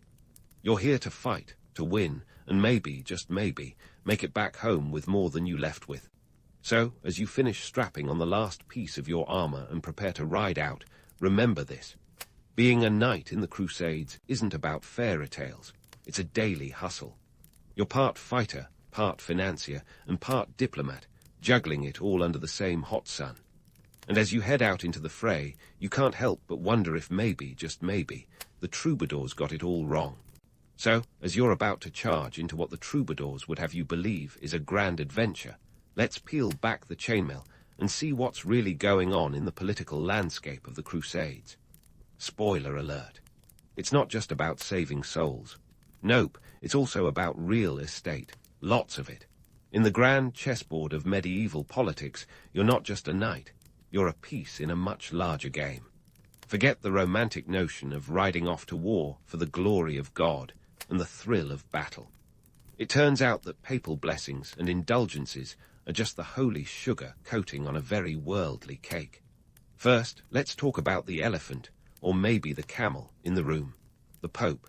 When Pope Urban II called for the First Crusade in 1095, it wasn't just a spiritual awakening. Sure, the Pope painted it as a holy pilgrimage to reclaim the Holy Land from the Seljuk Turks. But there was a lot more at play. For one, he was looking to flex some ecclesiastical muscle and unite Western Christendom under the papal banner. Urban had a vision, not just of Jerusalem, but of a Europe where the church wielded the political clout of, say, a medieval superpower. And let's not forget, this was a time when Europe was a patchwork quilt of warring barons and wayward kings, each more interested in their own backyard than some distant desert. Urban's rallying cry, Deus vult, or God wills it, was catchy, sure, but it was also a masterstroke of PR. It gave knights like you a noble veneer for what was essentially a land grab. Speaking of land, here's where things get juicy. While the Pope was busy anointing this endeavor with divine purpose, European nobility saw a golden opportunity. They weren't just thinking of spiritual rewards. They were eyeing the potential for new territories and titles. You see, in a feudal system, land equals power, and the Holy Land was the ultimate real estate. Let's zoom in on some of the key players who were more concerned with power dynamics than prayers. Take Bohemond of Taranto, a Norman prince with a penchant for conquest and a knack for opportunism. When he joined the First Crusade, it wasn't just because he had a sudden epiphany about Christian duty. Bohemond was looking to carve out his own slice of the Levantine pie, and Jerusalem was just the appetizer. He had his eyes set on Antioch, a city of immense strategic and economic value, and he got it after a lengthy siege in 1098. For Bohemond, the crusade was less about celestial salvation and more about terrestrial expansion. Then there's Godfrey of Bouillon, another noble who gets a lot of airplay in the crusading legends. He's often portrayed as a pious warrior, but let's be real. Godfrey didn't just stumble into the Holy Land with a heart full of hymns. He was the Duke of Lower Lorraine, a region with its own political headaches, and participating in the crusade offered a chance to not only escape local squabbles, but also potentially secure a more prestigious title. And he did just that, becoming the first ruler of the Kingdom of Jerusalem. Godfrey refused the title of king out of humility, they say, but the title Defender of the Holy Sepulchre still came with all the perks of ruling, minus the crown. But why stop at the nobles? Even the rank-and-file knights were driven by a cocktail of motives. There's the allure of indulgences, sure, but don't underestimate the appeal of loot. The promise of plunder was a powerful draw. Remember, back home, your average knight wasn't exactly rolling in riches. The chance to acquire wealth and land, even in a far-off land, was a tempting prospect. And let's face it, after months of marching through deserts and dodging arrows, a little treasure hunting seemed like a fair reward. Now, you might be wondering about the other side of this medieval mashup. The Muslim world wasn't just a monolithic block waiting to be conquered. Just like Europe, it was a mosaic of competing interests and politics. The Seljuk Turks, who controlled much of Anatolia and the Levant, were more concerned with their own internal power struggles than with the Christian invaders at first.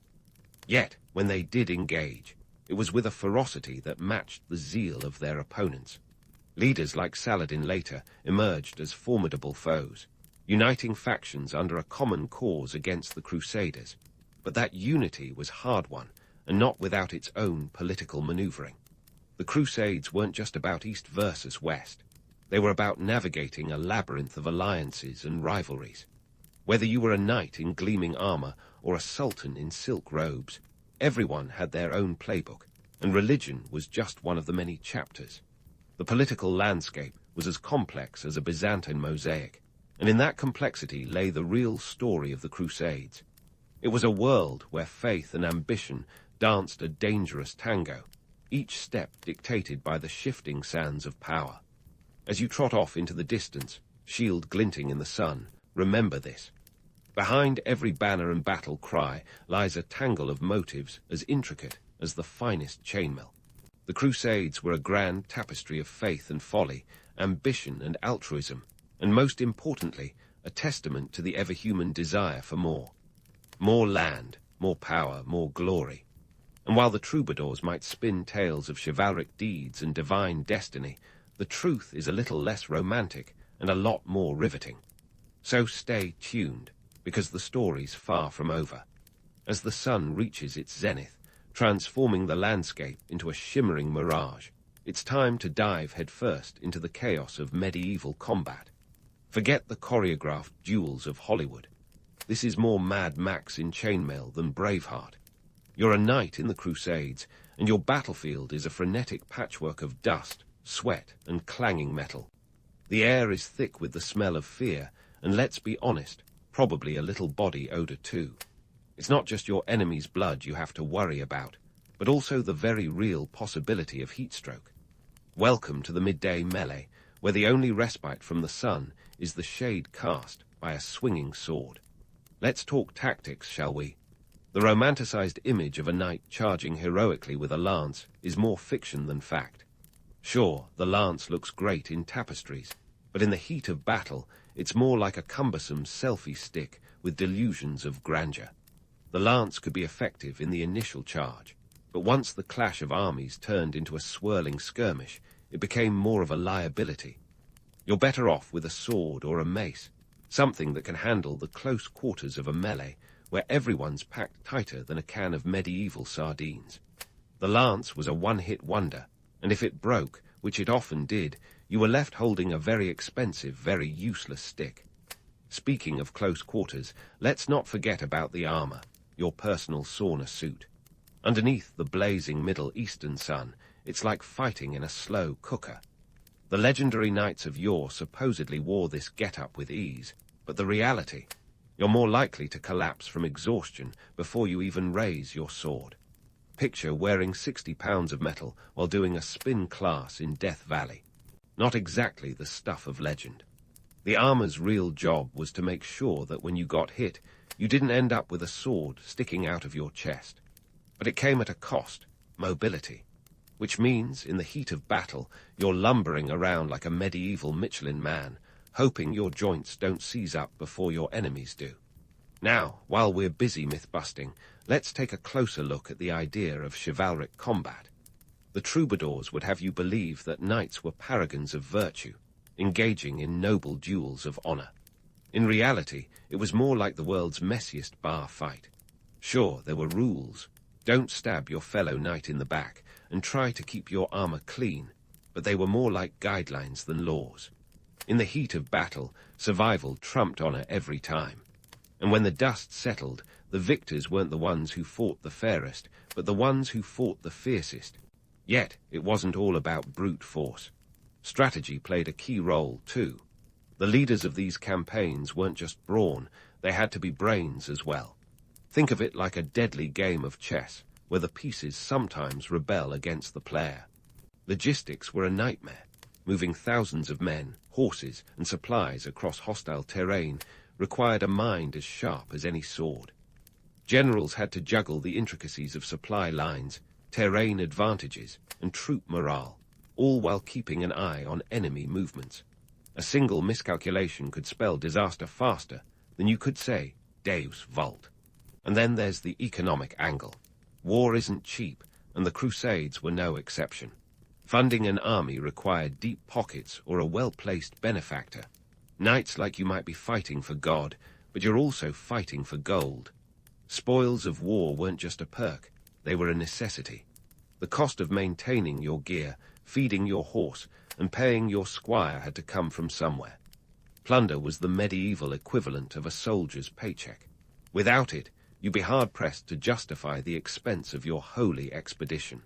Yet, even as you swing your sword and try not to overheat, there's an undeniable allure to the whole endeavor.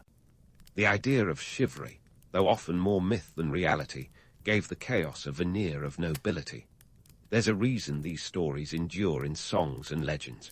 It's the promise of glory, the hope of honor, and the dream of something greater than oneself. And while the reality on the ground was often gritty and grim, the romance of the knightly ideal still managed to flicker through the dust. It's the paradox of the Crusades, a brutal reality wrapped in the trappings of myth. As the battle rages on, it's clear that being a knight isn't just about swinging swords and shouting war cries. It's about balancing the brutal with the beautiful, the pragmatic with the poetic. And while the troubadours may have spun tales of honor and heroism, the truth is far more complex. It's a dance of death under the sun, a clash of ambitions and ideals. The Crusades were a tapestry of contradictions, woven together with threads of faith and folly. And as the sun begins to set, casting long shadows over the battlefield, you realize that this is just one chapter in a much larger story. So, as you wipe the sweat from your brow and steel yourself for the next wave, remember this. History is messy, and the truth is often found in the dust between the dreams. The Crusades were a crucible of character, forging legends from the grit and grime of reality. And while the sun may set on today's battle, the saga continues, with more tales to tell and more myths to unravel. Keep your sword sharp and your wits sharper, because the journey is far from over. As the sun dips below the horizon, casting a warm, golden light over the encampment, the clamor of battle gives way to a different kind of chaos, a tapestry of voices, laughter, and the occasional off-key lute.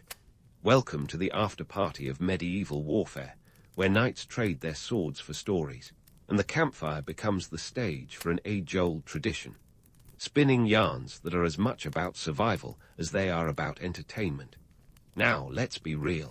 The day's adrenaline rush has left you with a mix of exhaustion and a thirst that no amount of tepid ale can quench. But camaraderie is the fuel that keeps you going. The bonds forged in the crucible of combat are as strong as your steel armor, at least until the next rivalry flares up. Here, under the canopy of a star-strewn sky, the social dynamics of knightly life unfold with all the drama of a medieval soap opera. First off, let's talk about those knightly orders. You've got your Templars, your Hospitallers, and a sprinkle of Teutonic knights for good measure. Think of them as the medieval version of exclusive clubs, complete with secret handshakes and a dress code that involves more chainmail than casual Fridays. Each order has its own hierarchy, rules, and let's be honest, its own set of grudges. It's like the medieval version of high school cliques, but with more swords and fewer yearbooks. Camaraderie is crucial because, let's face it, trust is a rare commodity in a world where everyone's armed to the teeth. Your fellow knights are your lifeline, whether you're holding the line in battle or holding a mug of ale by the campfire. Yet the rivalries run deep. You're all competing for the same prizes: glory, land, maybe even a favorable mention in a bard's ballad. And when the swords are sheathed, the political maneuvering begins. It's like a game of chess, where everyone's a pawn and a king at the same time, and the board is constantly shifting underfoot. But it's not all strategy and scheming.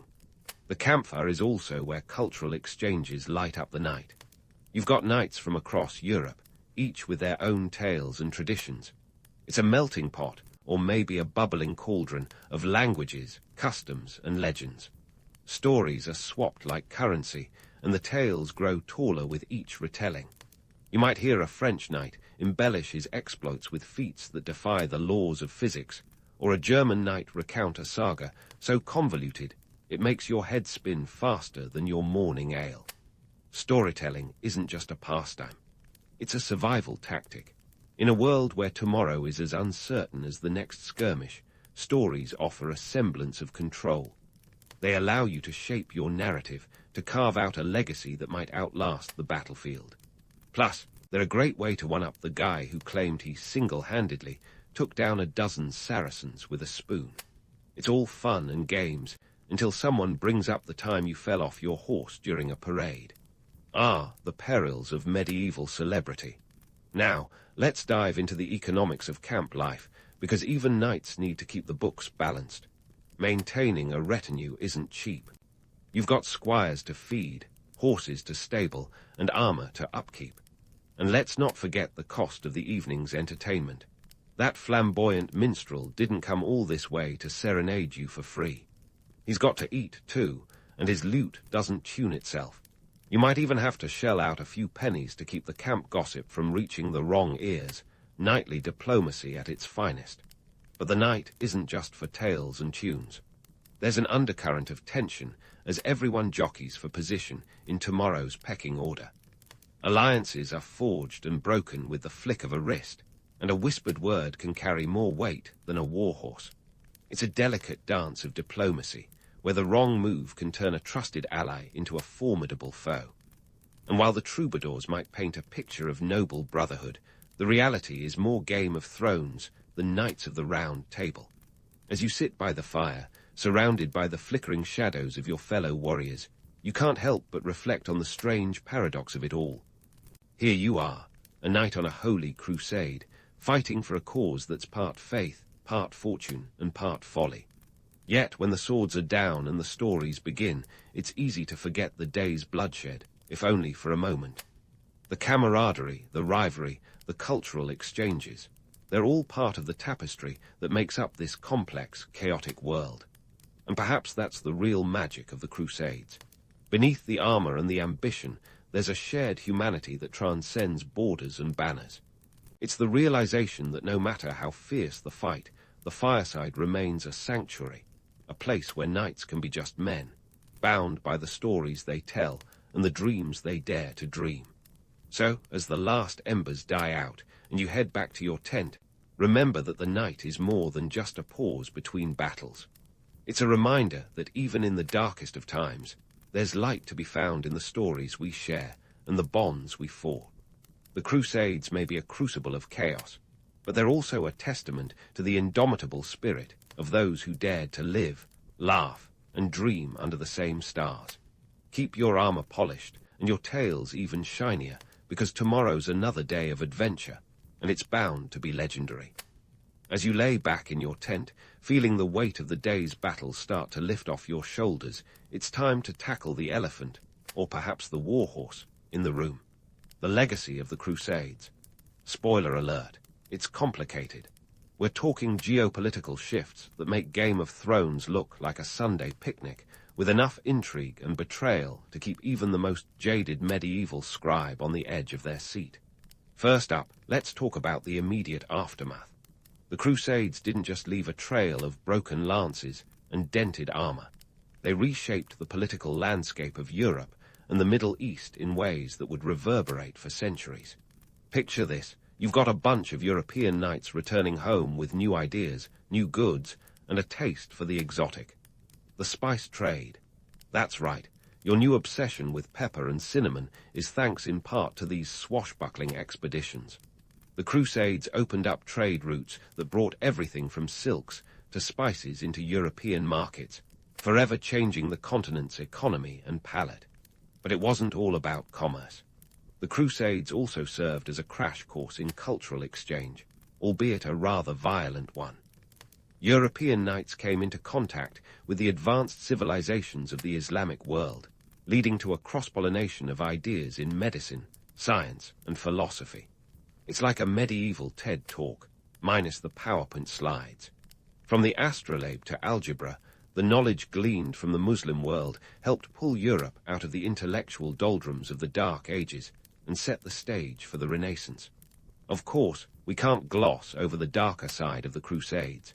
The campaigns left a legacy of mistrust and hostility between Christians and Muslims that echoes through history. The Crusades were less about unifying Christendom and more about creating deep divisions that would take centuries to heal. And let's not forget the Jewish communities in Europe, who found themselves caught in the crossfire of crusading zeal. Pogroms and forced conversions were not part of the official crusading agenda, but they happened nonetheless, leaving scars that would mar European history for generations.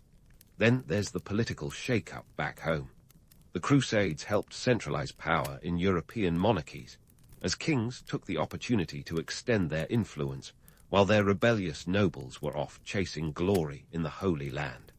The English King Richard the Lionheart, for example, might have been gallivanting across the Levant, but his absence allowed for the strengthening of royal authority back in England. It's the medieval version of, while the cat's away, the mice will play, except the mice are consolidating power. So, why do the Crusades continue to capture our imagination today? Well, let's face it, who doesn't love a good tale of knights in shining armor, epic battles, and quests for holy relics?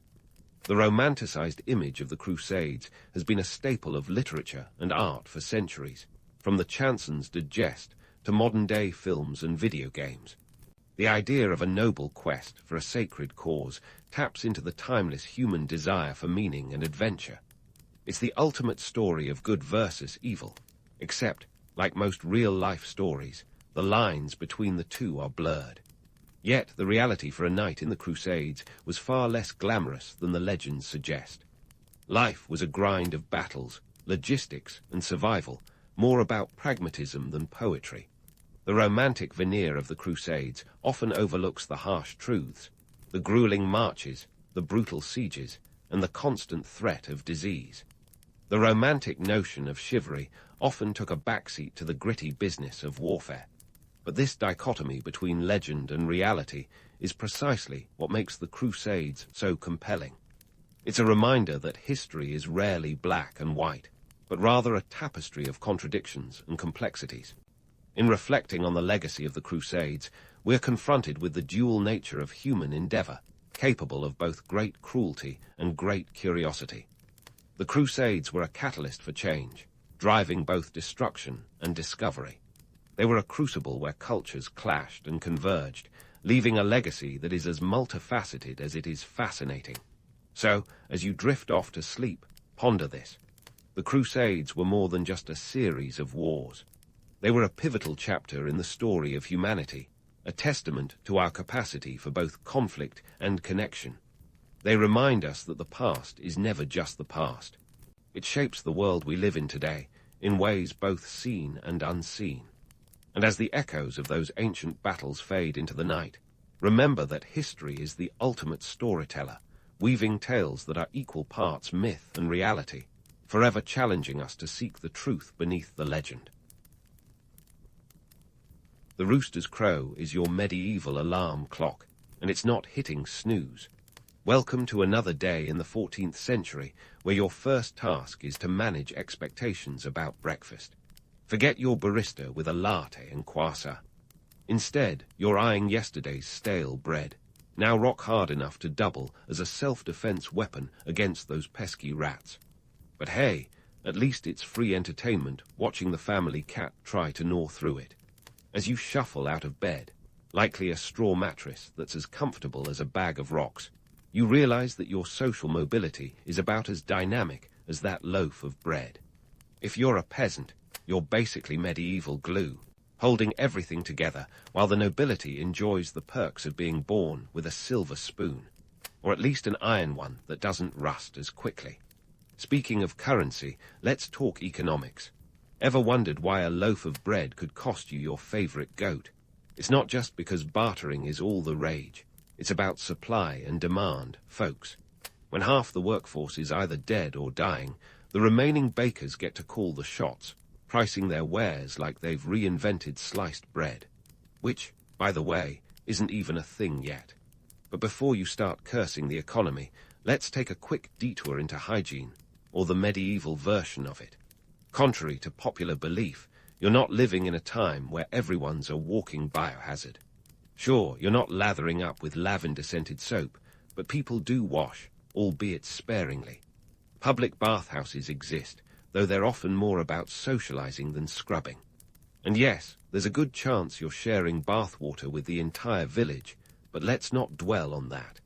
Speaking of sharing, rats are the uninvited guests that no one can seem to shake off, and they're not just after your bread. These little critters are the medieval Uber for fleas carrying Yersinia pestis, the bacterium behind the Black Death. The plague doesn't discriminate, cutting through Europe like a scythe through wheat.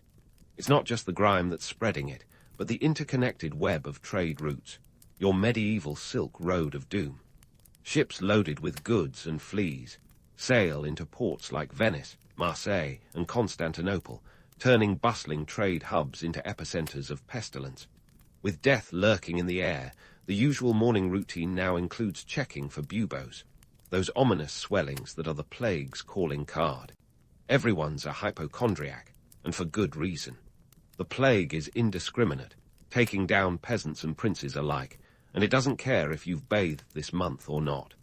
In cities, it's even worse, where cramped quarters and poor sanitation turn urban centers into petri dishes.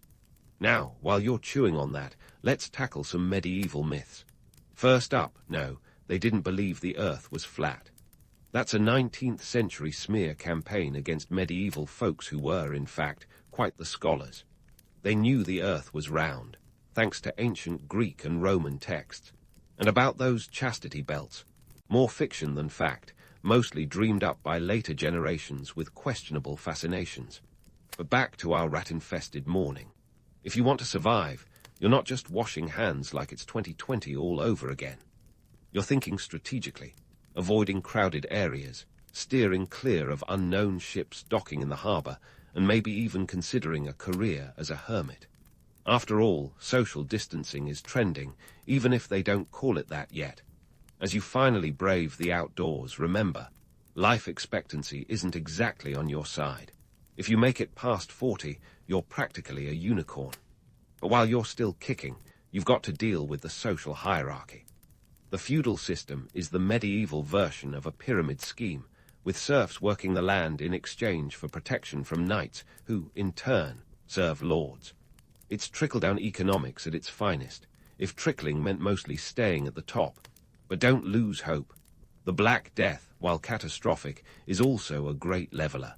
With so many gone, labor becomes scarce, and peasants start demanding better wages and conditions.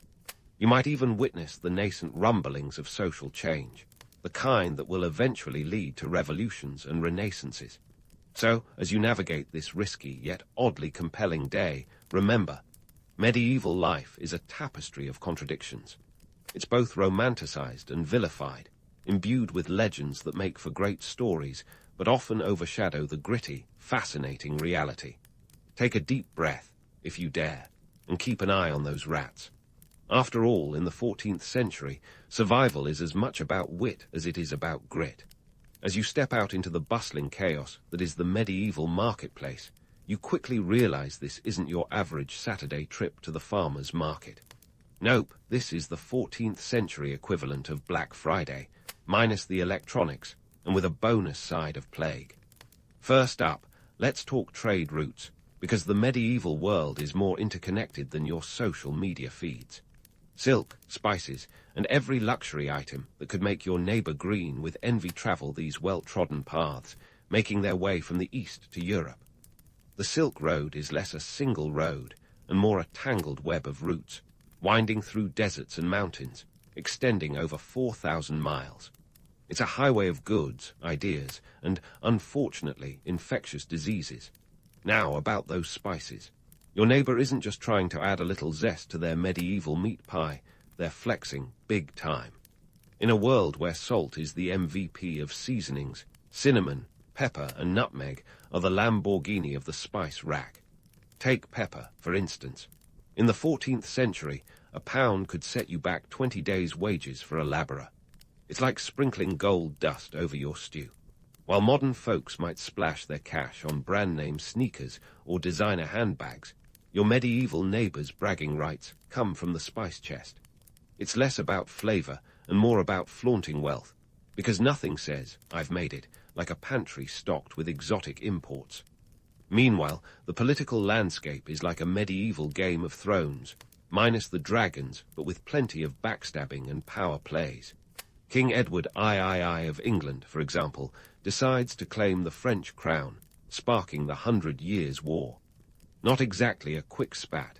It stretches from 1337 to 1453. These grand decisions trickle down, impacting everything from the marketplace to your breakfast table. Wars disrupt trade routes, cause scarcity, and send prices skyrocketing. If you're wondering why your bread is suddenly more precious than a bitcoin, look no further than the latest territorial dispute or royal ego trip. Now, let's address the elephant, or rather the rat, in the room, the plague. Leaders of the time, much like some modern-day politicians, are a mixed bag of action and inaction. Some cities, like Milan, decide to wall up infected houses, effectively sealing away the problem. Harsh, yes. Effective, surprisingly so. Milan's plague mortality rates are significantly lower than other cities. In contrast, places like Florence are busy debating divine retribution, while their population dwindles by up to 60%. It's a grim testament to how leadership, or the lack thereof, can make or break a city. Speaking of breaking, let's crack open some myths. You might have heard of plague doctors with their bird-like masks, designed to protect them from miasma, the bad air believed to spread the plague. While these beak masks are iconic today, they're more Renaissance chic than medieval must-have. So, what did people actually do to avoid the plague? Some methods were downright bizarre. Think talismans and potions, fasting and flagellation, because apparently beating yourself is going to scare away the plague. Spoiler, it doesn't. But let's not overlook the practical folks. Some do figure out that distancing from the sick helps. The concept of quarantine, derived from the Italian word quaranta, meaning 40, emerges in the Venetian-controlled port of Ragusa, where ships are isolated for 40 days before passengers can disembark. It's a rudimentary but effective public health measure, long before the term social distancing would trend on Twitter. Back in the marketplace, the economic ripple effect of the plague is undeniable. Labor shortages mean that surviving workers can demand higher wages, and peasants, previously as mobile as a medieval castle, start negotiating better terms. It's a workers' market, quite literally, as the feudal system begins to crumble under the weight of economic necessity. This shift won't spark a full-blown revolution just yet, but it's setting the stage for societal transformations down the line. As you haggle over a piece of fabric or a slab of cheese, remember that these small exchanges are part of a larger narrative. The marketplace isn't just a hub of commerce. It's where the economic, social, and political threads of medieval life intertwine. While you're busy trying to avoid the plague and score a deal on spices, you're also witnessing the slow, inevitable march toward modernization. The Black Death, for all its horrors, is a catalyst for change, shaking the foundations of medieval society and sowing the seeds for the Renaissance. So, as you navigate this crowded, cacophonous marketplace, dodging both merchants and misinformation, take a moment to appreciate the absurdity and complexity of it all. In this world of contradictions, where a spice rack is a status symbol and a rat can be a death sentence, one thing, for sure, history is never dull. Keep your wits sharp and your spices sharper, because the day is far from over, and who knows what the medieval world will throw at you next. So, you've survived the medieval marketplace with your sanity mostly intact, and your coin purse only slightly lighter than when you started. It's time for lunch, though don't get too cozy. That hunk of cheese might be your farewell meal. As you munch, let's chew over the role of the church and superstition in this plague-ridden era. The church was the medieval equivalent of a 24/7 news channel, social network, and therapy hotline all rolled into one.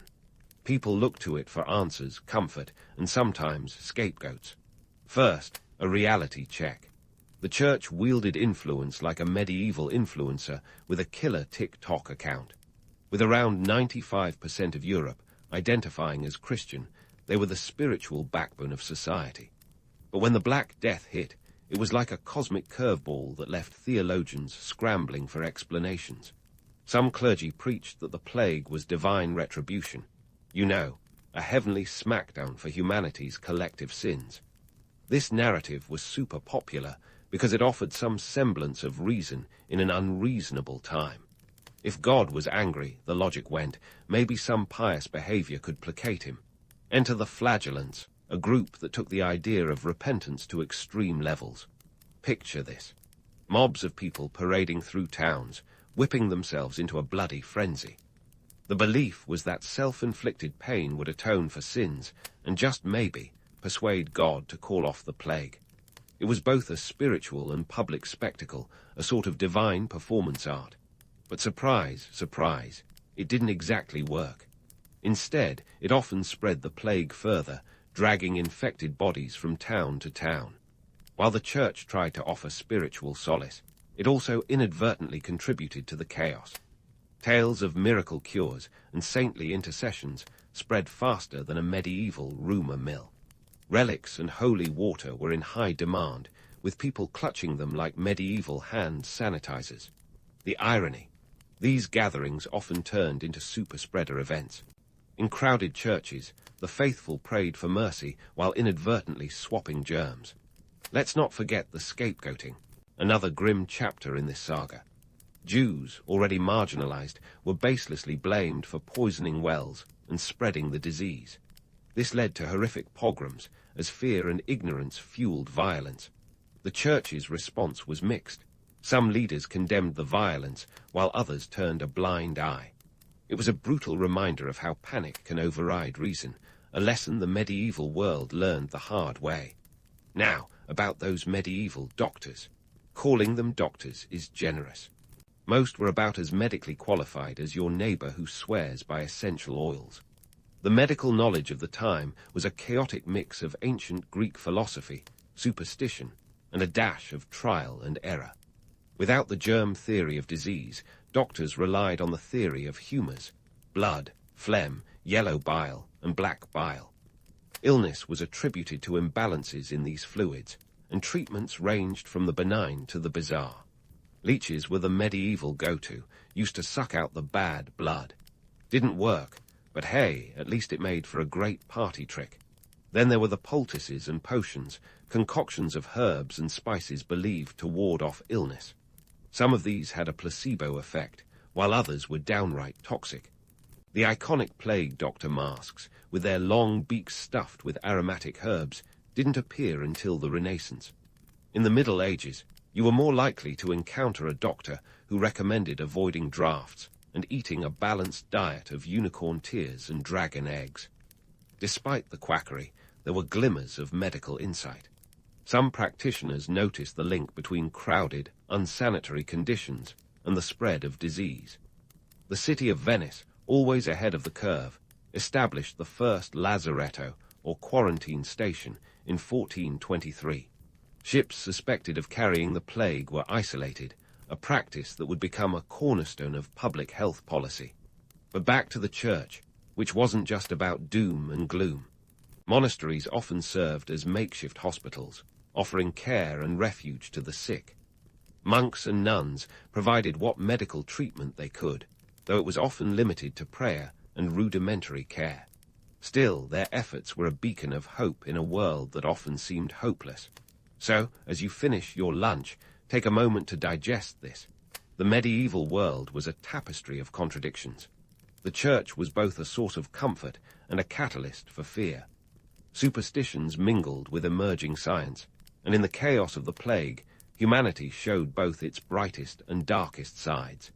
This isn't a story with easy heroes or villains, just people doing their best in a world turned upside down. And speaking of upside down, as you prepare to navigate the rest of your day, remember that the medieval world still has more surprises in store. From the shifting social structures to the whispers of change on the horizon, the Black Death isn't just a historical footnote. It's a turning point, a catalyst for transformation that will reshape Europe's future. So hold onto your hat, or your coif, if you're into medieval fashion, because the journey is far from over. And just like that, the medieval afternoon meanders into evening, casting long shadows across a world teetering on the brink of transformation. As the sun dips low, let's pivot from the chaos of the marketplace and the divine drama of the church to the nitty-gritty of social upheaval. Forget any romanticized notions of noble survival tales. This is about hard numbers and harder truths. First things first, labor markets. It sounds as exciting as watching paint dry, but in the 14th century, this is where the action is. Picture this, a society where the workforce has been decimated by up to 60%. That's more than half the population gone, vanished like a medieval Snapchat message. With fewer hands to till the fields, build cathedrals, and fill the ranks of armies, the survivors suddenly find themselves in the driver's seat. It's like winning the medieval version of the lottery, except the prize is a job with better pay and maybe, just maybe, a day off. Here's the skinny. Wages start rising faster than a suspiciously yeasty loaf of bread. Landowners, desperate to keep their estates functioning, offer higher pay to lure labourers. In England, wages for farmhands rocket by up to 40%, a significant leap that would make any modern-day union proud.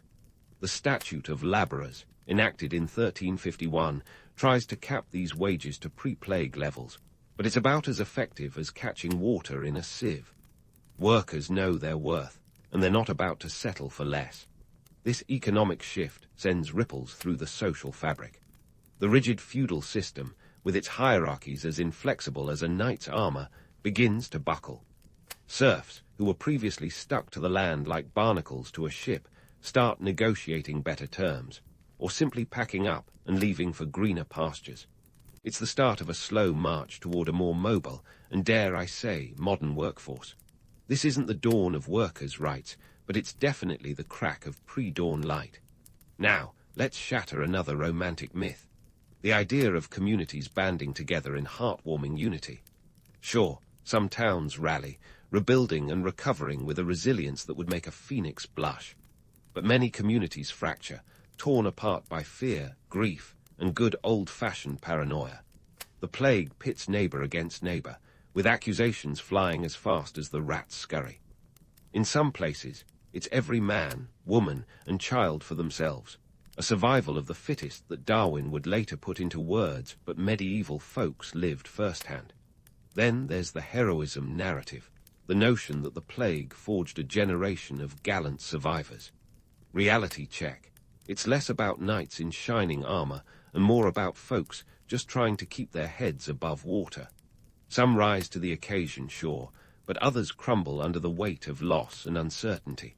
For every story of selfless care, there's another of betrayal or abandonment. It's a tapestry woven with both courage and cowardice, a reminder that humanity is nothing if not complex. Take the story of Milan, which, unlike many cities, manages to keep its mortality rates relatively low. It's not divine intervention, but rather a ruthless policy of walling up infected houses, family members included. It's a harsh, pragmatic decision that saves lives, but leaves a trail of moral dilemmas in its wake. Meanwhile, in Florence, the plague slashes through the population, leaving the city's social order as broken as a medieval promise. The city struggles to maintain its former glory, grappling with a labor shortage that leaves fields and workshops empty. And let's not gloss over the psychological toll. The constant specter of death leaves deep scars, with art and literature of the time reflecting a morbid fascination with mortality. The dance macabre, a motif depicting skeletons leading the living in a macabre dance, becomes a popular theme. It's art imitating life, with a grim reminder that death is the ultimate equalizer. Yet, amid the gloom, seeds of change are sown. The Black Death acts as a catalyst, accelerating shifts that might have taken centuries under normal circumstances. The feudal system, already creaking under its own weight, begins to give way to more centralized forms of governance. Cities, once peripheral players, start to flex their muscles, becoming economic and political powerhouses. The merchant class, enriched by the labor shortage and demand for goods, begins to rise, laying the groundwork for a burgeoning middle class. The plague, while devastating, also sparks a renaissance of sorts in thinking. With the traditional social and religious structures shaken, people start questioning the status quo.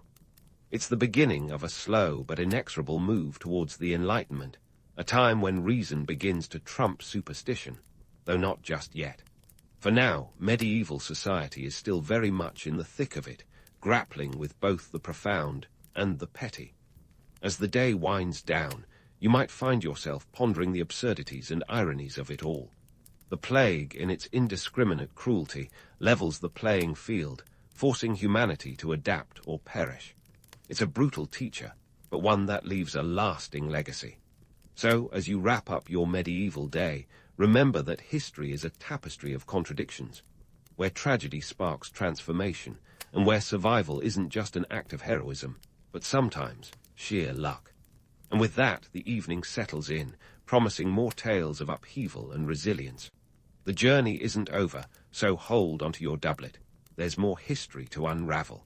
So, just as you start to wonder if medieval life is all doom and gloom, the Black Death goes ahead and throws a curveball that reshapes the entire narrative of European history.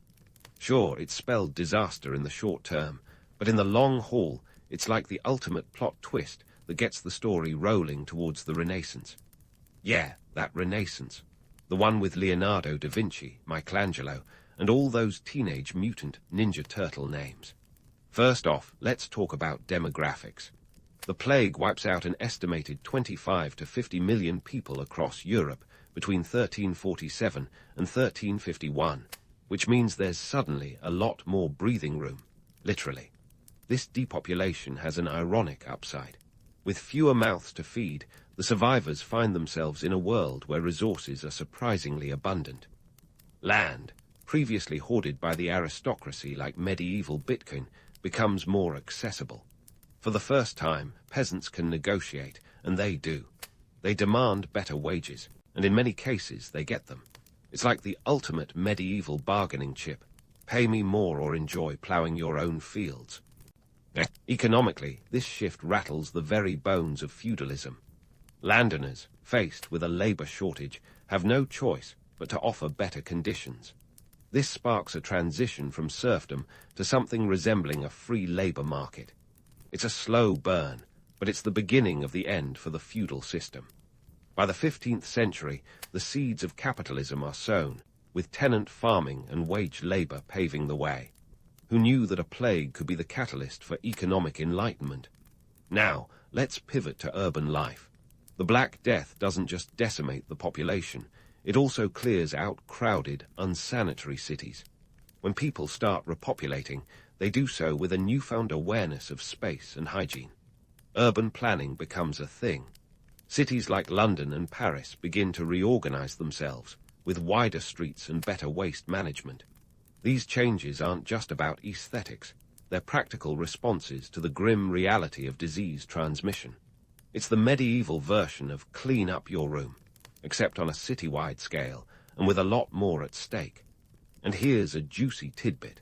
The plague inadvertently ignites a fire under the butt of scientific inquiry. With the church's explanations proving less than satisfactory, people start looking elsewhere for answers. This curiosity lays the groundwork for the scientific revolution. You've got folks like Galileo and Copernicus eventually stepping into the limelight, challenging the status quo and setting the stage for modern science. It's as if the Black Death handed Europe a giant question mark, and people decided to chase down the answers. Culturally, let's just say the plague was a wake-up call. The stark reality of mortality gets people thinking about life, death, and everything in between. The arts reflect this shift, moving from purely religious themes to more human-centered ones. We start seeing the first glimmers of humanism, a philosophy that emphasizes human potential and achievement. By the time the Renaissance rolls around, art and literature are flourishing, celebrating the human experience with an intensity and depth previously unseen. It's like going from black and white TV to full-blown Technicolor. Then there's the little matter of governance and power. With the nobility thinned out, monarchs seize the opportunity to centralize power. The Black Death essentially serves as a reset button for political structures across Europe. Kings like France's Charles V and England's Henry VII used the turmoil to strengthen their grip, building the foundations of modern nation-states. This shift in power dynamics isn't just a game changer. It's the prelude to the age of exploration and expansion. Speaking of exploration, it's worth noting that the Black Death fuels a thirst for new beginnings. With Europe in recovery mode, there's a renewed interest in the wider world. The plague's devastation, coupled with the economic and social shifts it triggered, sets the stage for the age of discovery. By the late 15th century, explorers like Columbus and da Gama are setting sail, driven by the dual promises of wealth and adventure. The world is about to get a whole lot bigger. Fast forward to today, and we're still feeling the ripples of the Black Death. For one, our modern understanding of pandemics owes a lot to this medieval catastrophe. Quarantine, a word that entered the lexicon during the Black Death, remains a cornerstone of public health policy. The idea that isolating the sick can prevent the spread of disease is something we've carried with us into the present, albeit with more hand sanitizer and fewer leeches. Urban planning, too, has its roots in the plague. Those medieval efforts to redesign cities for better health and safety have evolved into modern zoning laws and sanitation standards. We might take these for granted now, but they're part of a legacy that stretches back to a time when rats ruled the roost. And let's not forget the economic lessons. The economic upheaval caused by the Black Death taught us about the importance of labor rights and fair wages. The labor shortages of the 14th century forced a re-evaluation of workers' roles and rights, a conversation that continues to this day. The next time you negotiate a raise, give a nod to the medieval peasants who first demanded a fair shake. In the end, the Black Death is a paradox, a catastrophe that led to renewal, a scourge that sparked progress. It's a grim reminder of humanity's vulnerability and resilience, an illustration of how adversity can drive transformation. So, as you drift off into a well-deserved slumber, ponder this. History is not just a series of events, but a complex web of cause and effect, where even the darkest times can light the way to a brighter future. Sleep tight, and remember, in the grand tapestry of history, every thread counts, even the rat-infested ones. Alexandria in the 1st century BCE wasn't just any city. It was the ancient world's equivalent of Times Square. But instead of neon lights and bustling tourists, you've got philosophers in togas debating the meaning of life. It was a place where the term cosmopolitan might as well have been invented. Here, in this cultural maelstrom, we find the young Cleopatra, born around 69 BCE. Now, Cleopatra wasn't just any royal. She was a Ptolemy, and if you're thinking Greek, you'd be right. The Ptolemaic dynasty was like a Greek soap opera set in Egypt, full of dramas that would put any modern reality show to shame. Cleopatra herself was a product of this familial chaos, descending from a line of rulers who had a penchant for keeping it all in the family. Literally. The Ptolemies were notorious for their, shall we say, close-knit family values. Marrying your sibling wasn't just acceptable, it was practically a job requirement. This was meant to keep the royal bloodline pure, though it also resulted in a family tree that looked more like a tangled ball of yarn. Her father, Ptolemy XII, aptly nicknamed Orleats, which means the flute player, was the reigning monarch. And if you're wondering if being a musician was his full-time gig, it might as well have been. Ptolemy XII enjoyed more time playing the flute than playing the political field. No wonder that, by the time Cleopatra took the throne, Egypt was knee-deep in debt, owing millions to Rome. Talk about a financial inheritance you'd rather return for store credit. So where does young Cleopatra fit into this picture? She was a smart cookie from the start, unlike her father whose financial acumen was questionable at best. Cleopatra was probably the first of the Ptolemies to learn the Egyptian language, a savvy move that endeared her to her subjects. While other Ptolemies were busy being Greek in Egypt, Cleopatra was busy being Egyptian in Egypt. She knew that winning hearts was just as important as winning wars. But before she could charm the Nile out of its banks, she had to navigate the treacherous waters of Ptolemaic family politics. Her siblings, particularly her brother Ptolemy XIII, were more rivals than relatives. The Ptolemaic tradition of co-ruling wasn't exactly a model of harmony, more like a never-ending Game of Thrones, where the stakes were life and death, not just who got to hold the remote. Now, there's a myth that Cleopatra was an unparalleled beauty, the kind that launched 1,000 ships, or at least a couple of Roman galleys. But let's be real. Her allure was far more about brains than beauty. Ancient coins show her with a prominent nose and a strong chin, not exactly what you'd find on a modern magazine cover. But Cleopatra's charisma, intellect, and political savvy were her true weapons. She could charm a room full of advisors, or a Roman general, with equal ease. Cleopatra's early life in Alexandria was like a training ground for the high-stakes political chess she would later play. She grew up amidst the grandeur of the Library of Alexandria, which housed hundreds of thousands of scrolls, a veritable treasure trove of knowledge. It's no wonder she became one of the most educated women of her time. While her contemporaries might have been content with embroidery, Cleopatra was more interested in the intricacies of philosophy, the sciences, and, of course, statecraft. In this vibrant city, Cleopatra was exposed to the cultural richness of the Hellenistic world, the intellectual debates that echoed through the halls of the museum, and the political machinations that played out like a live-action drama. Alexandria was a place where the past and present collided, creating a unique environment that shaped Cleopatra into a ruler who could straddle multiple worlds. By the time Cleopatra was thrust into power, she was ready for the challenge. Her father's reign may have left Egypt financially vulnerable, but Cleopatra was determined to restore its glory. She wasn't just inheriting a throne, she was inheriting a mission. With a combination of wit, charm, and a keen understanding of the political landscape, Cleopatra set out to secure her position and her country's future. Her story was just beginning, and the last pharaoh of Egypt was about to make a mark in history in ways that would be remembered for millennia. Cleopatra's ascent to power was a political performance worthy of a standing ovation, but the real show was just getting started. Enter Julius Caesar, the Roman general with a knack for making headlines and a soft spot for Egypt's allure.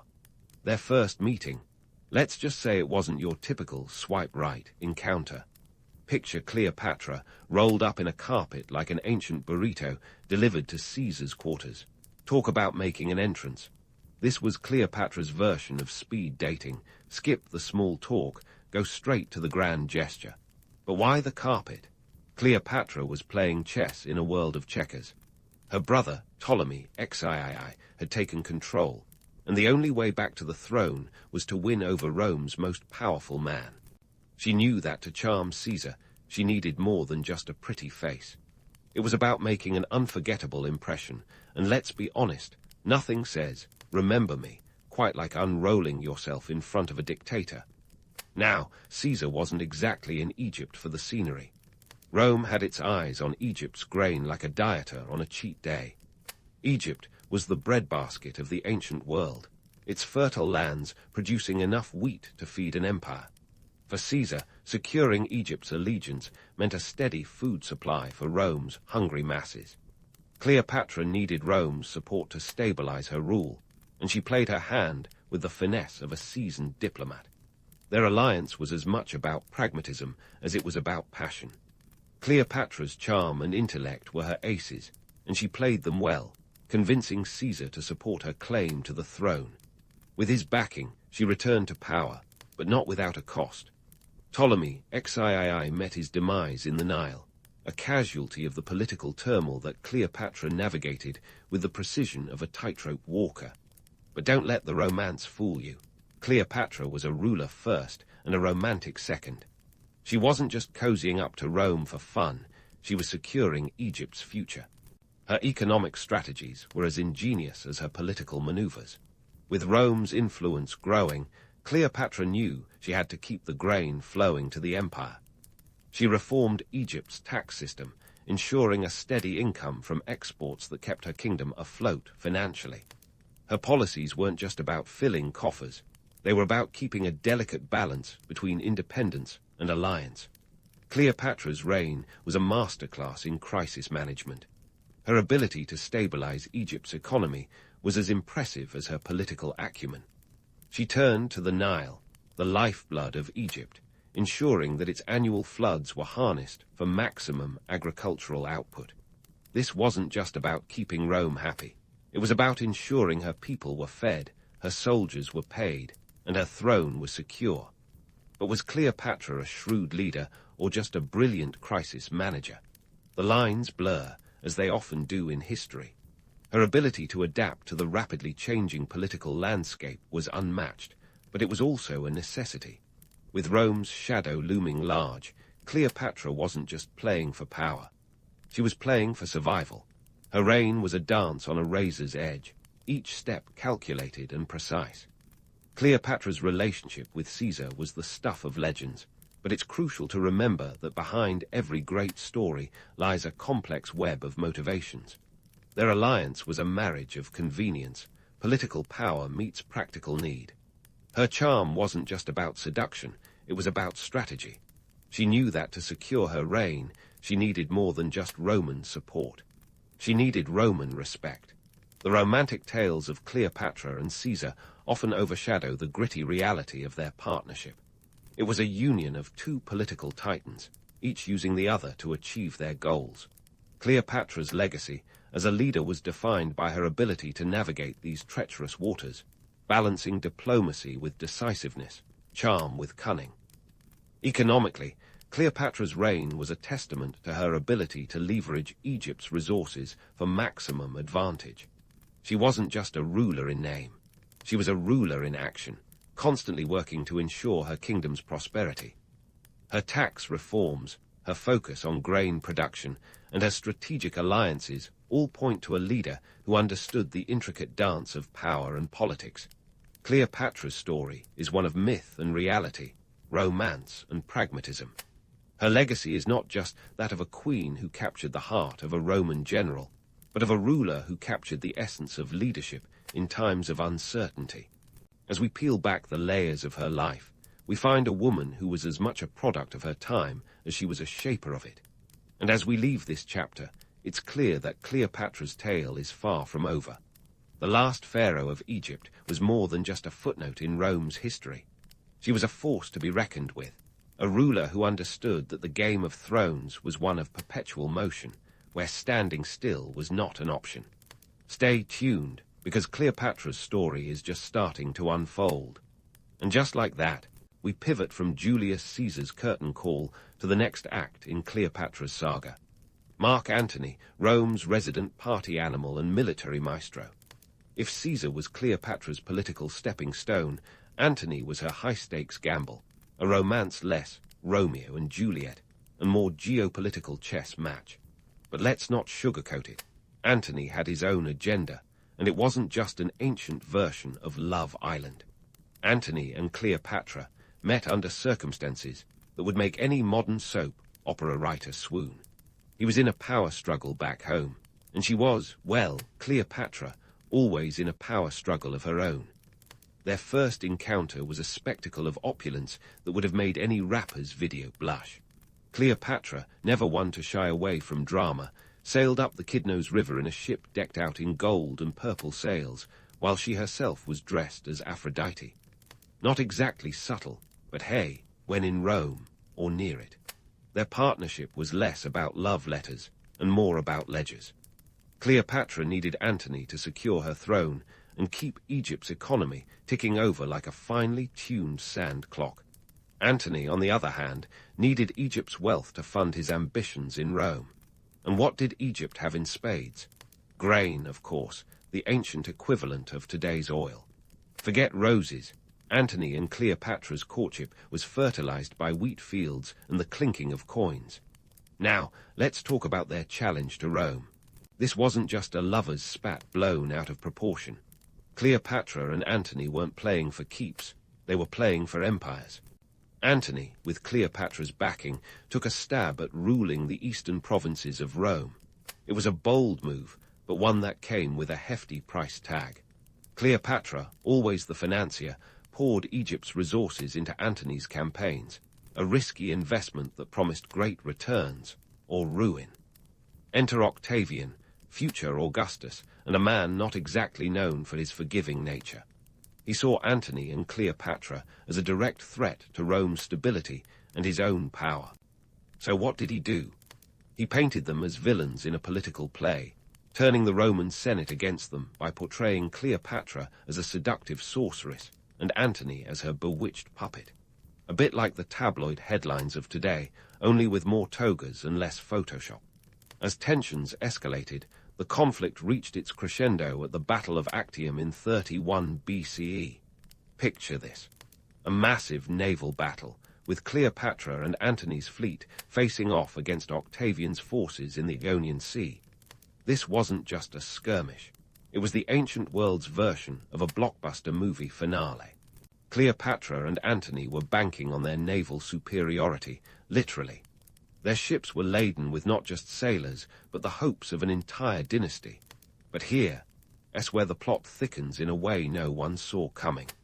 Mid-battle, Cleopatra made a hasty retreat with her fleet, and Antony, caught between a rock and a hard place, or in this case, love and duty, followed suit. The why remains a mystery wrapped in an enigma. Was Cleopatra's retreat a tactical decision gone awry, or was it a calculated move to save herself and her treasures? Either way, their combined forces quite literally sank, and with it, their ambitions.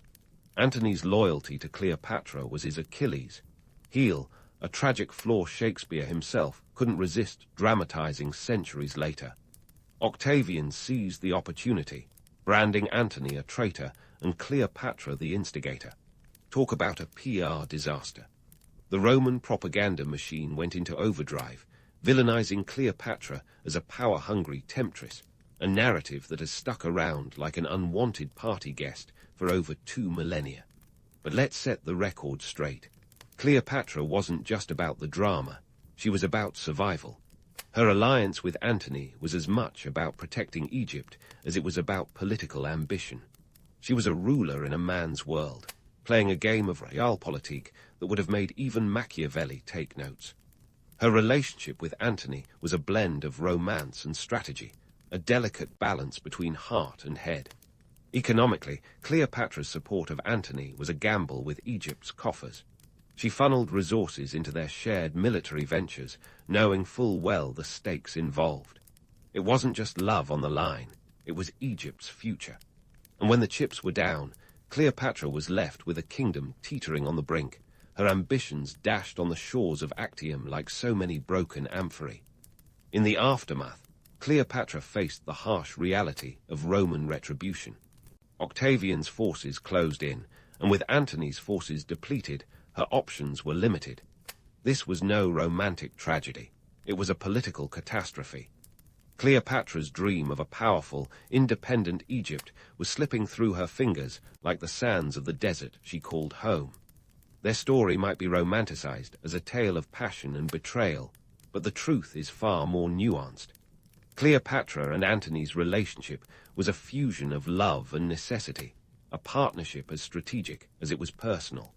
They dared to challenge the might of Rome, and while they lost the battle, they won a place in history as the ultimate power couple, a testament to the complexity of love and leadership in a world where both were inextricably linked. As we leave this chapter, the stage is set for the final act in Cleopatra's storied life. Her legacy as Egypt's last pharaoh was not just one of romance and ruin, but of resilience and resourcefulness. Cleopatra was a woman who understood the intricate dance of diplomacy and power, a ruler who played the game with everything she had. The end was near, but Cleopatra wasn't finished yet. Stay tuned, because the conclusion of her story promises to be as compelling as the life she led. As Cleopatra stared down the barrel of a Roman takeover, her legendary wit was put to its ultimate test. Her reign was crumbling like a stale loaf of Egyptian flatbread, but Cleopatra wasn't about to just roll over and let Rome raid the pantry. This was a woman who'd wrapped herself in a carpet to meet Caesar. Surrender was not in her playbook. In the aftermath of Actium, Cleopatra's focus shifted from empire building to damage control. While Octavian's legions marched with the inevitability of your least favorite relative showing up uninvited, Cleopatra scrambled to safeguard her legacy. Her first priority, her children, Alexander Helios, Cleopatra Selene II, and Ptolemy Philadelphus. She was determined to secure their future, even if it meant negotiating with the devil himself, or in this case, Octavian. Now, let's debunk a little myth. Cleopatra's final years weren't a prolonged, Shakespearean swoon toward death by asp. Nope. They were a desperate chess game where the pieces were her own flesh and blood. Cleopatra tried to broker peace, not just to save her skin, but to preserve her children's claim to Egypt's throne. It was a high-stakes game of political poker, and Cleopatra was all in, even if her chips were running low. Meanwhile, Octavian was busy crafting a narrative that would make any modern spin doctor proud. He needed a villain to justify Rome's aggression, and Cleopatra fit the bill like a glove. Forget the nuanced ruler and mother. Octavian spun Cleopatra into the ancient world's most notorious femme fatale, a seductive sorceress who had bewitched not one, but two of Rome's finest. It was the ultimate PR campaign, painting her as the reason for Antony's downfall and the threat to Rome's stability. Cleopatra was the Yoko Ono of the ancient world, at least in Roman eyes. But was Cleopatra truly the villain, or merely the scapegoat in Octavian's rise to power? Let's peel back the gilded layers of propaganda. Cleopatra's Egypt was a thorn in Rome's side because it represented economic and strategic power in the Mediterranean. Egypt's grain was the carrot, and Cleopatra wielded it like a seasoned diplomat. Her control over the Nile's bounty meant that whoever ruled Egypt had a significant bargaining chip against Rome's breadbasket. As Octavian's forces closed in, Cleopatra reportedly sent emissaries to negotiate with him, perhaps hoping to secure some semblance of autonomy for Egypt or a promise of safety for her children. But Octavian, with all the subtlety of a sledgehammer, was not in the mood for deals. He wanted a triumph, and Cleopatra's capitulation was to be the jewel in his imperial crown. Let's delve into the economics of Cleopatra's strategies. She desperately tried to leverage Egypt's wealth to her advantage. Her treasuries, though depleted by the costly support of Antony's campaigns, were still a substantial prize. Cleopatra offered Octavian a fortune to spare her family and perhaps allow her to retire gracefully.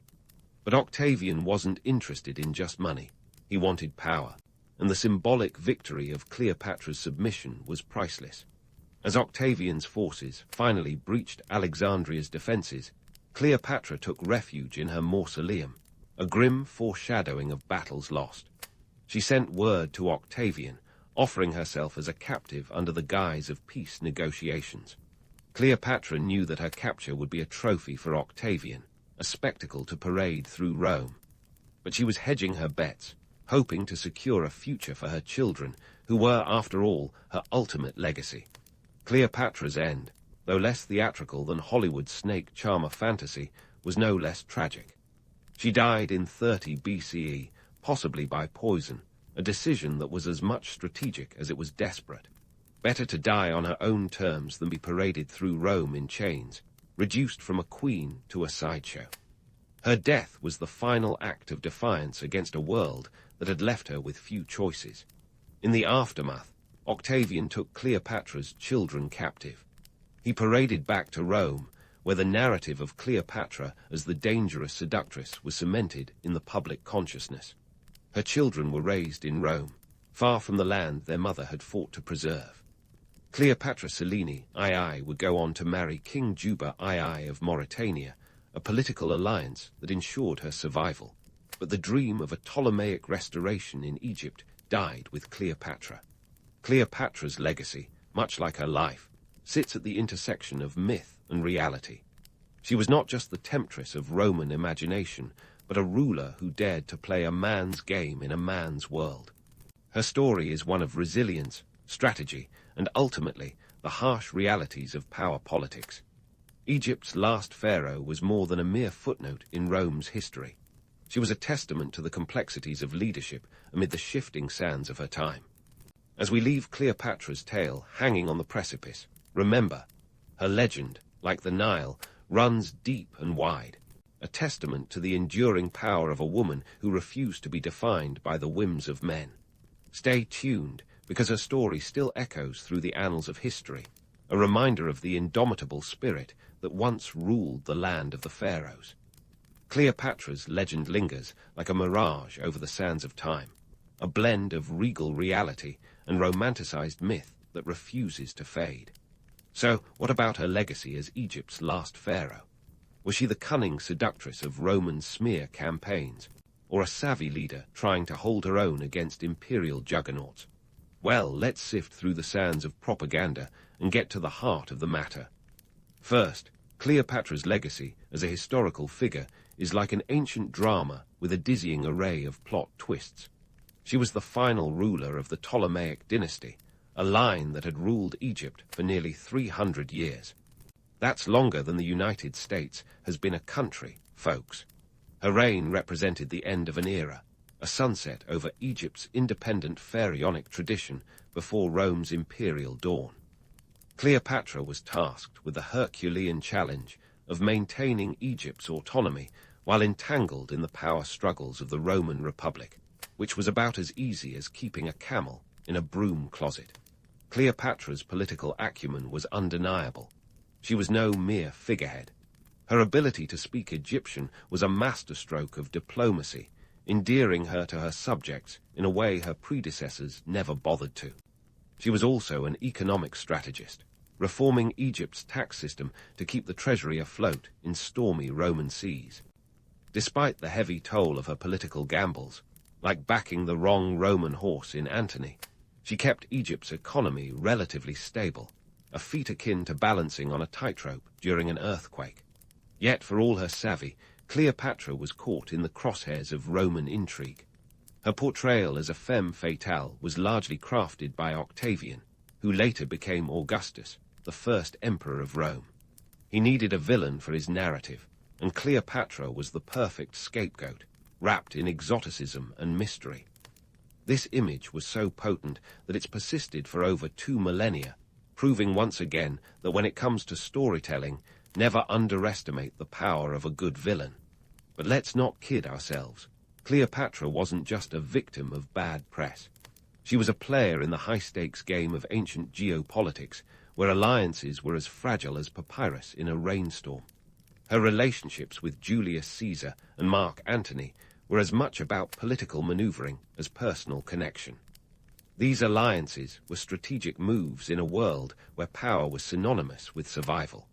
Her life was a lesson in realpolitik, where the lines between ally and adversary were often blurred by necessity. So, how does Cleopatra's legacy manifest today? For starters, she's a cultural icon, depicted in countless works of art, literature and film, each adding layers to her legend. Shakespeare's play Antony and Cleopatra immortalized her as the tragic lover, while Elizabeth Taylor's portrayal in the 1963 film cemented her image as a glamorous seductress. These portrayals, while captivating, often overshadowed the historical Cleopatra, an intelligent and complex leader who navigated the treacherous waters of her time with skill and determination. Cleopatra's story continues to resonate because it taps into universal themes: power, love, ambition, and the struggle for control in a world ruled by empires. She's a symbol of feminine strength and agency, a powerful woman in a male-dominated world. Despite the fact that her image has been warped by centuries of storytelling, the core of Cleopatra's appeal lies in her ability to defy expectations. She was a ruler who played by her own rules, even as those rules were rewritten by conquering forces. But why does her story still capture our imagination after all these years?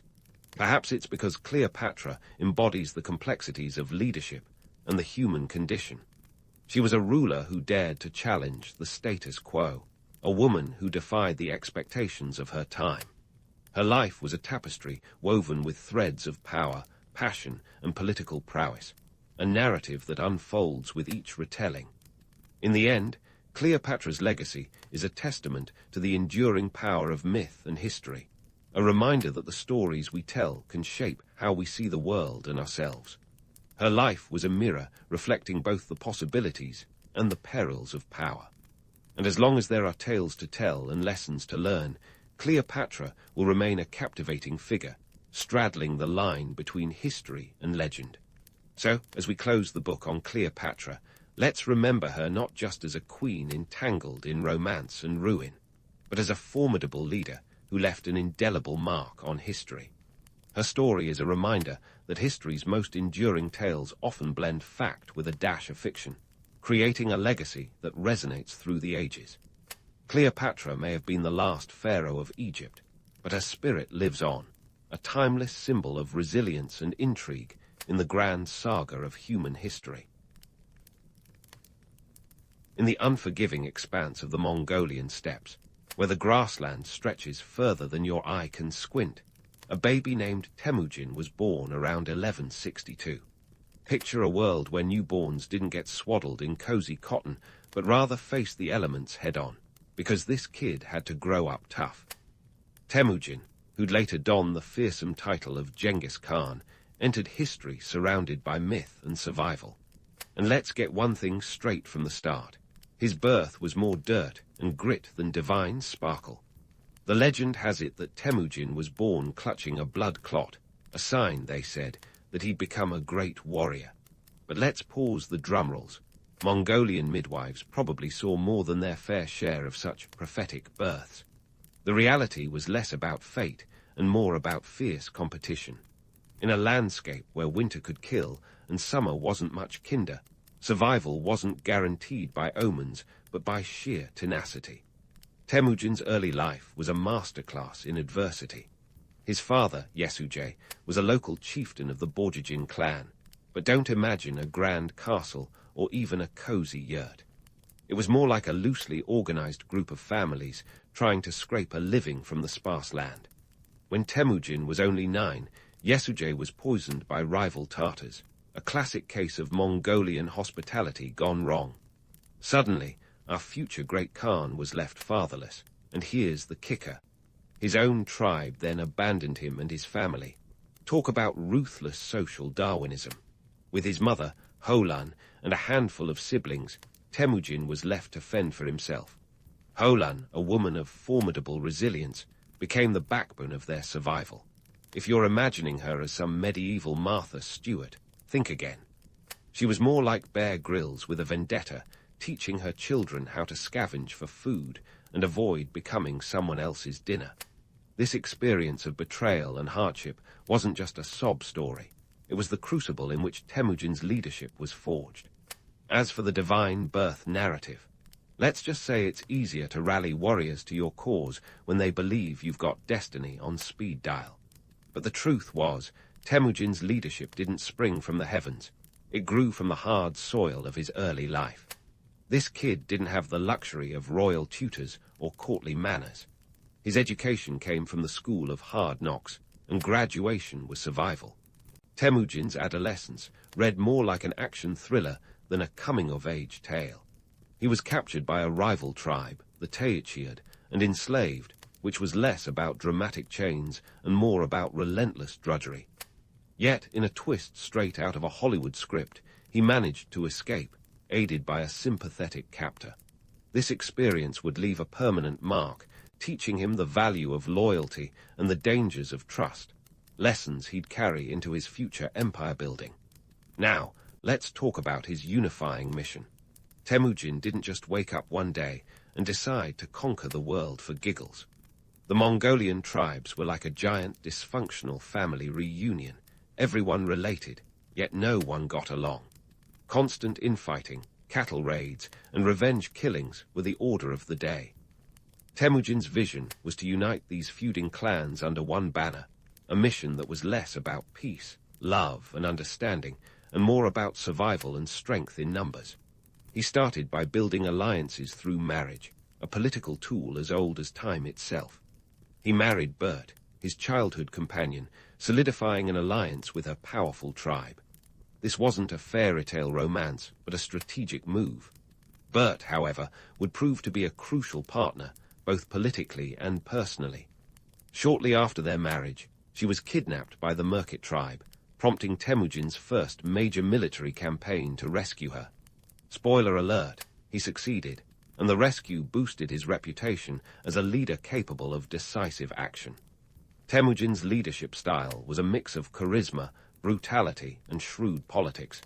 He wasn't the kind of guy to sit around a campfire singing Kumbaya. Instead, he offered a simple choice to rival tribes: join me or face annihilation. This wasn't just a scare tactic. It was an effective strategy for consolidating power.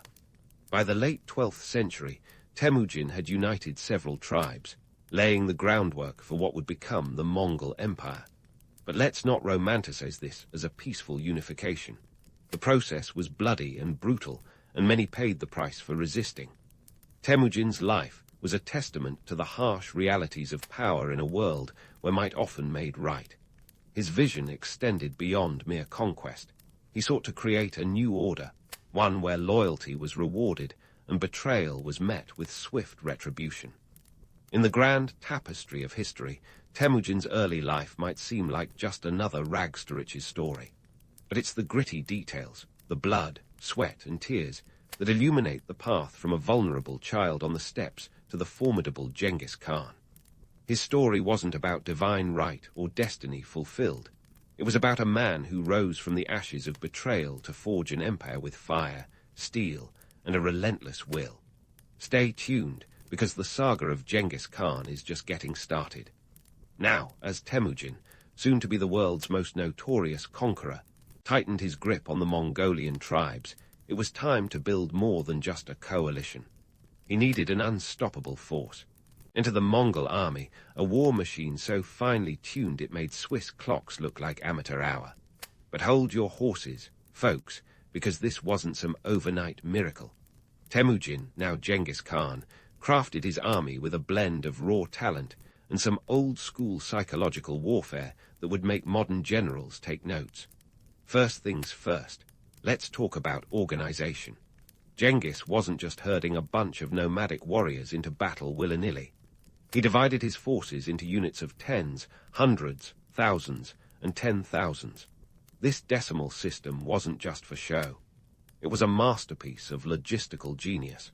Imagine IKEA flat-packing an army, everything fit perfectly, and you didn't even need an Allen wrench. Each unit had its own leader, and these leaders weren't just picked for their ability to swing a sword. Loyalty, skill, and the ability to think on their feet were the golden tickets to leadership. This structure allowed for quick communication and adaptability, two things you definitely want when chaos is the order of the day. Now, the tactics. Oh, the tactics. If warfare were a high-stakes poker game, Genghis Khan was the guy who always seemed to know what you had in your hand. The Mongols were masters of the feigned retreat, a strategy so effective it should have come with a warning label. Imagine your enemy thinks they've got you on the ropes, only to realize it's all been a ruse as your forces regroup and strike from all sides. This wasn't just clever, it was psychological warfare at its finest. It's like convincing your opponents they've won the lottery, only to reveal that the big prize is a smackdown of epic proportions. And speaking of psychological warfare, Genghis was a maestro. He knew that the mind was often the most vulnerable battlefield. The Mongols would sometimes let a few survivors escape their wrath, but not out of mercy. Oh no. These survivors were the unwitting messengers of doom, spreading tales of Mongol ferocity that would chill the blood of any would-be resister. Towns would surrender without a fight, preferring to bow to the inevitable rather than face the wrath of the Khan. It was a PR campaign of terror, executed with ruthless precision. But let's not get too swept up in the romance of the unstoppable horde. The Mongol army, for all its prowess, faced logistical nightmares that would make a CEO break out in a cold sweat. Imagine trying to supply thousands of troops spread across vast distances where even the mirages were thirsty.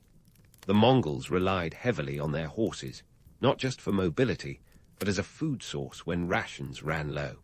It was a brutal but highly effective solution to the problem of supply lines. After all, a horse that's been through the mill can't carry you to victory, but it can keep you from starving. And then there's the cost of expansion. Conquering the world isn't a cheap enterprise, and the Mongols paid a high price. While they amassed wealth and territory, they also left a trail of destruction that would make a tornado blush. Cities were razed, populations decimated. This was expansion by attrition, not negotiation. The true cost wasn't just in lives lost, but in the cultures and knowledge obliterated in their wake. The burning of libraries and destruction of ancient cities weren't just collateral damage. They were part of the Mongol playbook.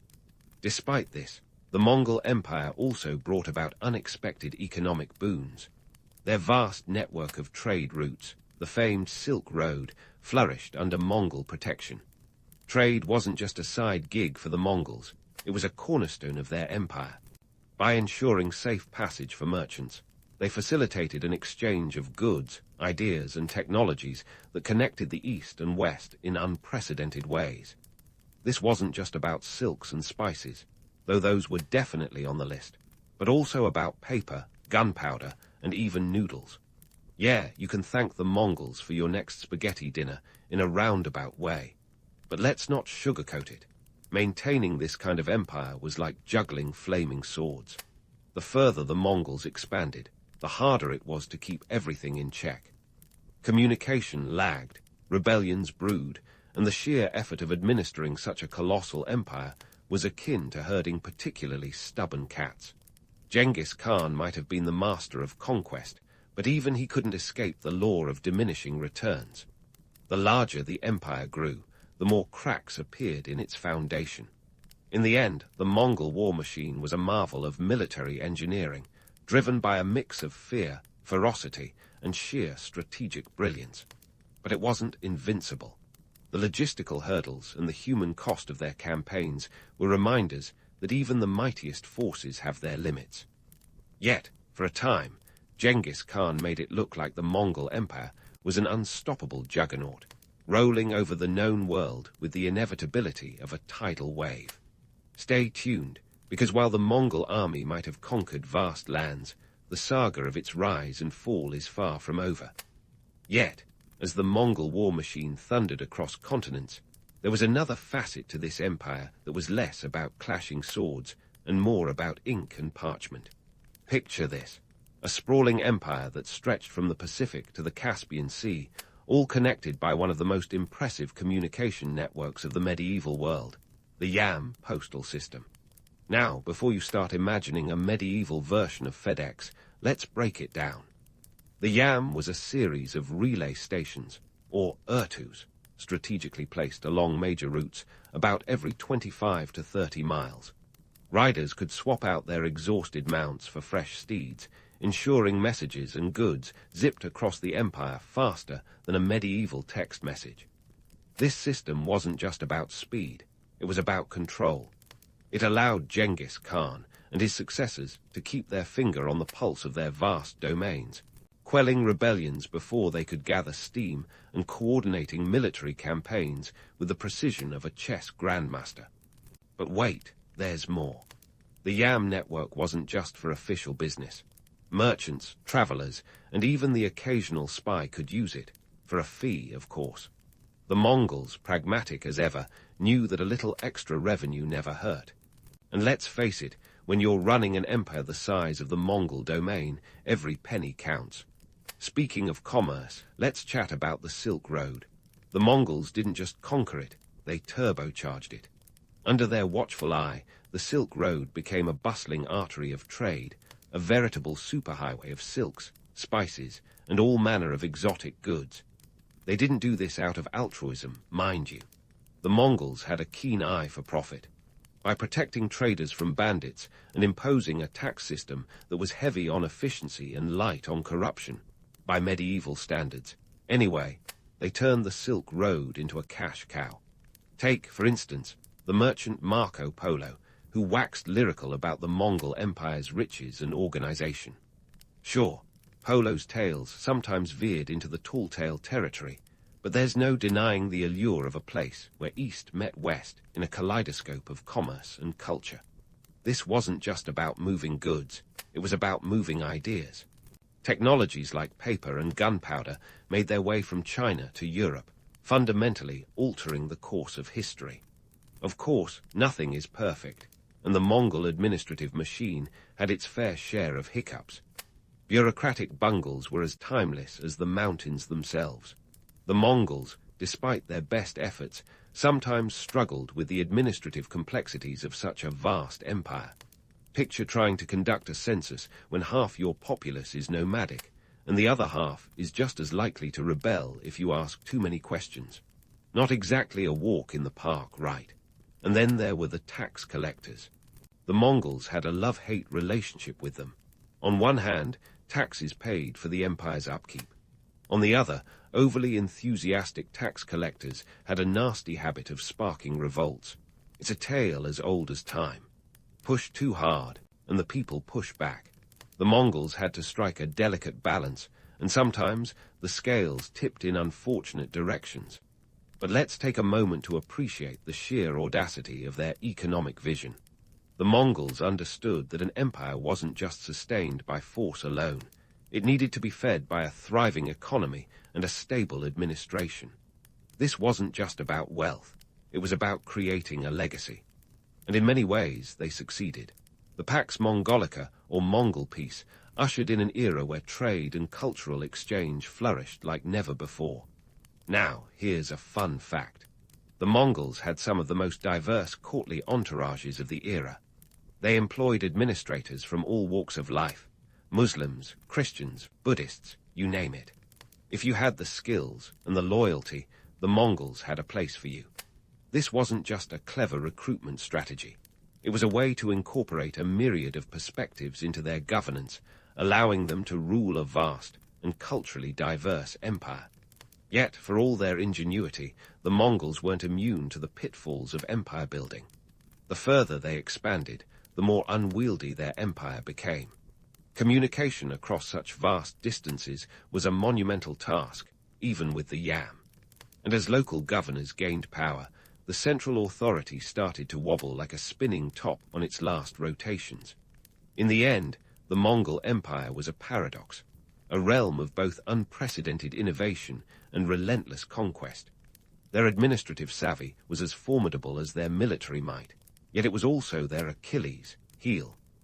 The sheer scale of their empire, combined with the complexity of managing diverse cultures and economies, meant that cracks were always lurking beneath the surface. But let's not wrap this up just yet. The Mongols' legacy is far too rich and nuanced for a neat conclusion. They were conquerors, yes, but also builders of bridges, both literal and metaphorical. The world they shaped was one of contradictions, where devastation and enlightenment walked hand in hand. As we continue to unravel the saga of the Mongol Empire, remember that history is as complex as the people who lived it. And the story of Genghis Khan and his successors is far from over. Stay tuned for more tales from the steppes and beyond. As the Mongol Empire expanded, it wasn't just their cavalry that crossed borders. Ideas, beliefs, and artistic expressions galloped alongside them. Now, before you picture the Mongols as medieval hipsters with a penchant for cultural exchange, let's dig into their motivations. This was as much about practicality as it was about curiosity. Genghis Khan and his successors recognized that to rule a vast, culturally diverse empire, they needed more than brute force. They needed bridges to understanding. Let's start with religion, a topic that tends to ignite more fireworks than a Mongol siege. The Mongols were remarkably pragmatic when it came to faith. While many empires enforced a singular religious doctrine like a medieval HOA, the Mongols were like the ultimate live and let live landlords. They didn't just tolerate different religions, they actively encouraged them. Buddhists, Christians, Muslims, and even Taoists found a place at the Mongol table. Genghis Khan himself was known to consult spiritual leaders of various faiths, not out of some divine quest, but because he was hedging his bets in the cosmic lottery. Kublai Khan, Genghis's grandson, took this religious pragmatism to new heights. As the ruler of the Yuan dynasty in China, he embraced Buddhism while maintaining a court that resembled a religious buffet. The Mongols understood that faith could unite people as much as it could divide them, so why not use it to grease the wheels of governance? It's like inviting all the neighborhood chefs to a potluck. You're bound to have a feast that everyone can enjoy. But the Mongols didn't stop at faith. They were patrons of the arts and sciences in ways that might make a Renaissance prince envious. Under Mongol rule, cities like Samarkand and Bokhara became vibrant centers of learning and culture. Scholars, artists, and artisans flocked to these cities like pigeons to a breadcrumb-laden park. The Mongols, ever the pragmatists, knew that knowledge was power, and they weren't about to miss out on the latest innovations. Consider the contributions to astronomy and mathematics that flourished under their rule. The observatory at Maragha in present-day Iran was a hub of astronomical research, attracting scholars like a medieval Silicon Valley. Here, they developed sophisticated models of planetary motion, and the seeds of ideas that would later influence figures like Copernicus were sown. The Mongols, it turns out, weren't just riding into the sunset. They were reaching for the stars. Of course, the Mongols' reputation as barbaric conquerors didn't exactly scream art patrons. Yet, they supported the arts with the same vigor they applied to conquest. They appreciated the finer things in life, from intricate textiles to elaborate religious manuscripts. The Mongol court was a tapestry of cultural influences, blending Persian miniatures with Chinese ceramics, a fusion cuisine of the medieval world. Now, let's talk about the Silk Road again. This wasn't just a trade route, it was the Mongols' version of social media. Ideas traveled as easily as spices and silks. Think of it as the medieval internet, where culture, religion, and knowledge were shared in the form of stories, scrolls, and even song. The Mongols, in their insatiable quest for control and influence, understood that access to information was as vital as access to wealth. Under their watchful eye, the Silk Road thrived, setting the stage for a cross-cultural exchange that would shape the world for centuries. But diplomacy wasn't always as smooth as silk. The Mongols had their fair share of diplomatic faux pas, the kind that would make even the most seasoned ambassador cringe. Take, for example, the incident with the Khwarezmian Empire, a story of diplomatic catastrophe if there ever was one. When Genghis Khan sent a trade caravan to the Khwarezmian Shah, it wasn't just a gesture of goodwill, it was a test. But fate had a twisted sense of humor. The Shah, suspecting espionage, executed the entire caravan. Genghis, not one to take such an insult lightly, responded with an invasion that obliterated the Khwarezmian Empire faster than you can say diplomatic immunity. And then there was the time the Mongols attempted to negotiate with the rulers of the Song dynasty in China. The envoys, perhaps misunderstanding the nuances of Chinese court etiquette, came across as more aggressive than diplomatic. The Song, already suspicious of Mongol intentions, didn't exactly roll out the red carpet. Instead, they prepared for war, leading to a protracted conflict that would eventually see the Mongols triumph, but not without considerable cost. Yet, if there's one thing the Mongols excelled at, it was learning from their missteps. They adapted their diplomatic strategies with the same ruthlessness they applied on the battlefield. Instead of seeing cultural differences as obstacles, the Mongols viewed them as opportunities for innovation. They employed translators, learned local customs, and even adopted aspects of the cultures they conquered. It was cultural assimilation with a Mongol twist, pragmatic, strategic, and often surprisingly effective. Of course, not every encounter was fraught with tension. The Mongols had a knack for turning potential adversaries into allies. They valued merit over lineage, a revolutionary concept in a world where bloodlines often trumped ability. Talented individuals from across the empire were recruited into government positions, regardless of their ethnic or religious backgrounds. It wasn't just a smart recruitment policy. It was a masterclass in inclusivity that kept the empire's bureaucratic wheels turning smoothly. And let's not forget the artistic gems that flourished under Mongol patronage. Persian poetry, with its rich imagery and complex metaphors, found a receptive audience in the Mongol courts. The works of poets like Rumi and Sadi were celebrated, their verses echoing across the empire. The Mongols, who were as likely to compose poetry as they were to plan a military campaign, appreciated the art of words as much as the art of war. Yet, for all their cultural patronage, the Mongols couldn't entirely shake off their reputation as barbarians. It's a narrative that's as stubborn as it is simplistic. Yes, the Mongols were fierce warriors who left a trail of destruction in their wake, but they were also cultural conduits who facilitated an unprecedented exchange of ideas. It's a paradox that makes them both fascinating and frustrating to study, a reminder that history is rarely black and white. So, as we wrap up this chapter of Mongol history, remember that the empire wasn't just a monolithic force of conquest.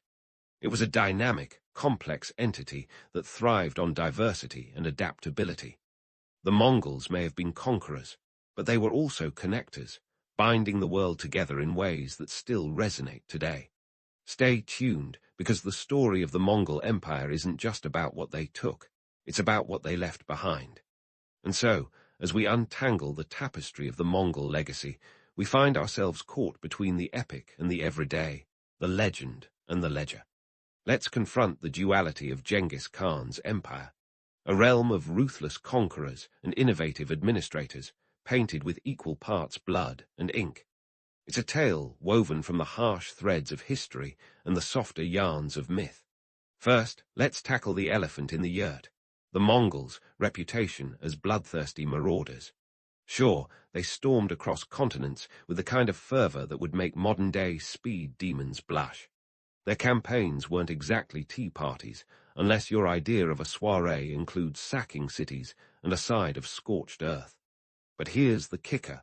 Behind every burnt village lay a strategic calculus. Genghis Khan wasn't just collecting scalps, he was crafting a new world order. His military tactics, brutal as they were, had a method to their madness. By instilling terror, he secured swift surrenders, saving resources and manpower for his next strategic gambit. A twisted form of efficiency, if you will.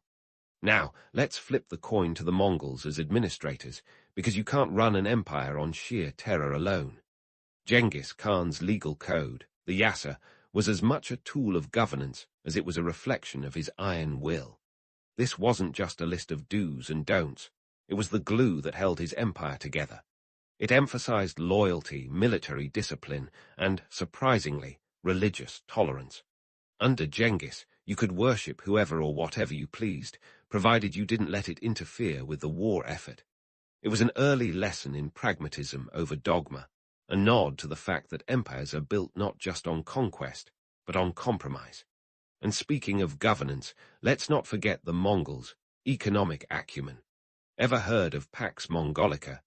This was the Mongol piece, a term that sounds like an oxymoron, but was a reality for much of the 13th and 14th centuries.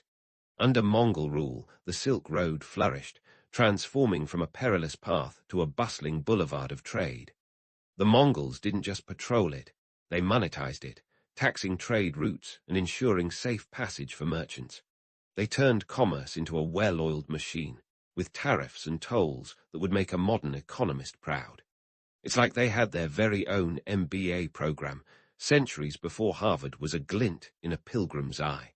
But let's pause for a moment of myth-busting, the image of the Mongols as unwashed hordes. In reality, they were more cultured than a yogurt aisle. Mongol courts were melting pots of art, science, and diplomacy. They patronized scholars, commissioned works of art, and spread technological innovations like wildfire. Paper money, anyone. The Mongols didn't just print it, they proliferated it. This wasn't just a novelty. It was a revolutionary step in the evolution of economies. The paper money facilitated trade across their vast empire, reducing the need to lug around heavy coins like some medieval weightlifting competition. As for their diplomatic finesse, it was, shall we say, a mixed bag. Their approach to diplomacy could be summed up as join us, or else. Yet within this blunt framework lay a sophisticated understanding of geopolitics. They employed spies and scouts, gathered intelligence like medieval James Bonds, and knew when to wield the carrot instead of the stick. The Mongols could be as charming as they were chilling, a duality that kept their neighbors perpetually on edge. Of course, the legacy of the Mongols isn't all sunshine and silk. The devastation they wrought left scars that outlived their empire. Cities like Baghdad never fully recovered from Mongol sieges. Libraries were lost, cultures disrupted, a testament to the destructive power of unchecked ambition. Yet, paradoxically, the same Mongols who unleashed this devastation also sparked an era of unprecedented cultural exchange. It's a reminder that progress often walks a tightrope over the chasm of chaos. Now, let's not forget the genetic legacy of Genghis Khan himself. Thanks to genetic studies, we know that his prolific progeny left an indelible mark on the human gene pool. Roughly 16 million men today are believed to be direct descendants of the great Khan. Talk about leaving a legacy. This isn't just history, it's heredity on a grand scale. Genghis didn't just conquer lands. He conquered the future, one descendant at a time. In the end, Genghis Khan and the Mongol Empire remain a study in contrasts. Ruthless conquerors who fostered cultural renaissance, destroyers who also built bridges. Their empire was a paradox, a symphony of clashing notes that somehow created a haunting melody. They proved that the pen and the sword, while seemingly at odds, can be wielded by the same hand. And as we ponder their legacy, we're left with a wry realization. History is as much about what we choose to remember as it is about what we forget. So, next time you enjoy a bowl of pasta or glance at a paper bill, spare a thought for the Mongols. Their influence, though often unseen, still ripples through our world. It's a legacy that challenges us to look beyond the stereotypes and see the complexity beneath. And as we close the book on this chapter of history, remember, the past isn't just a dusty relic. It's a living tapestry, woven with threads of triumph and tragedy, where conquerors and creators walk hand in hand.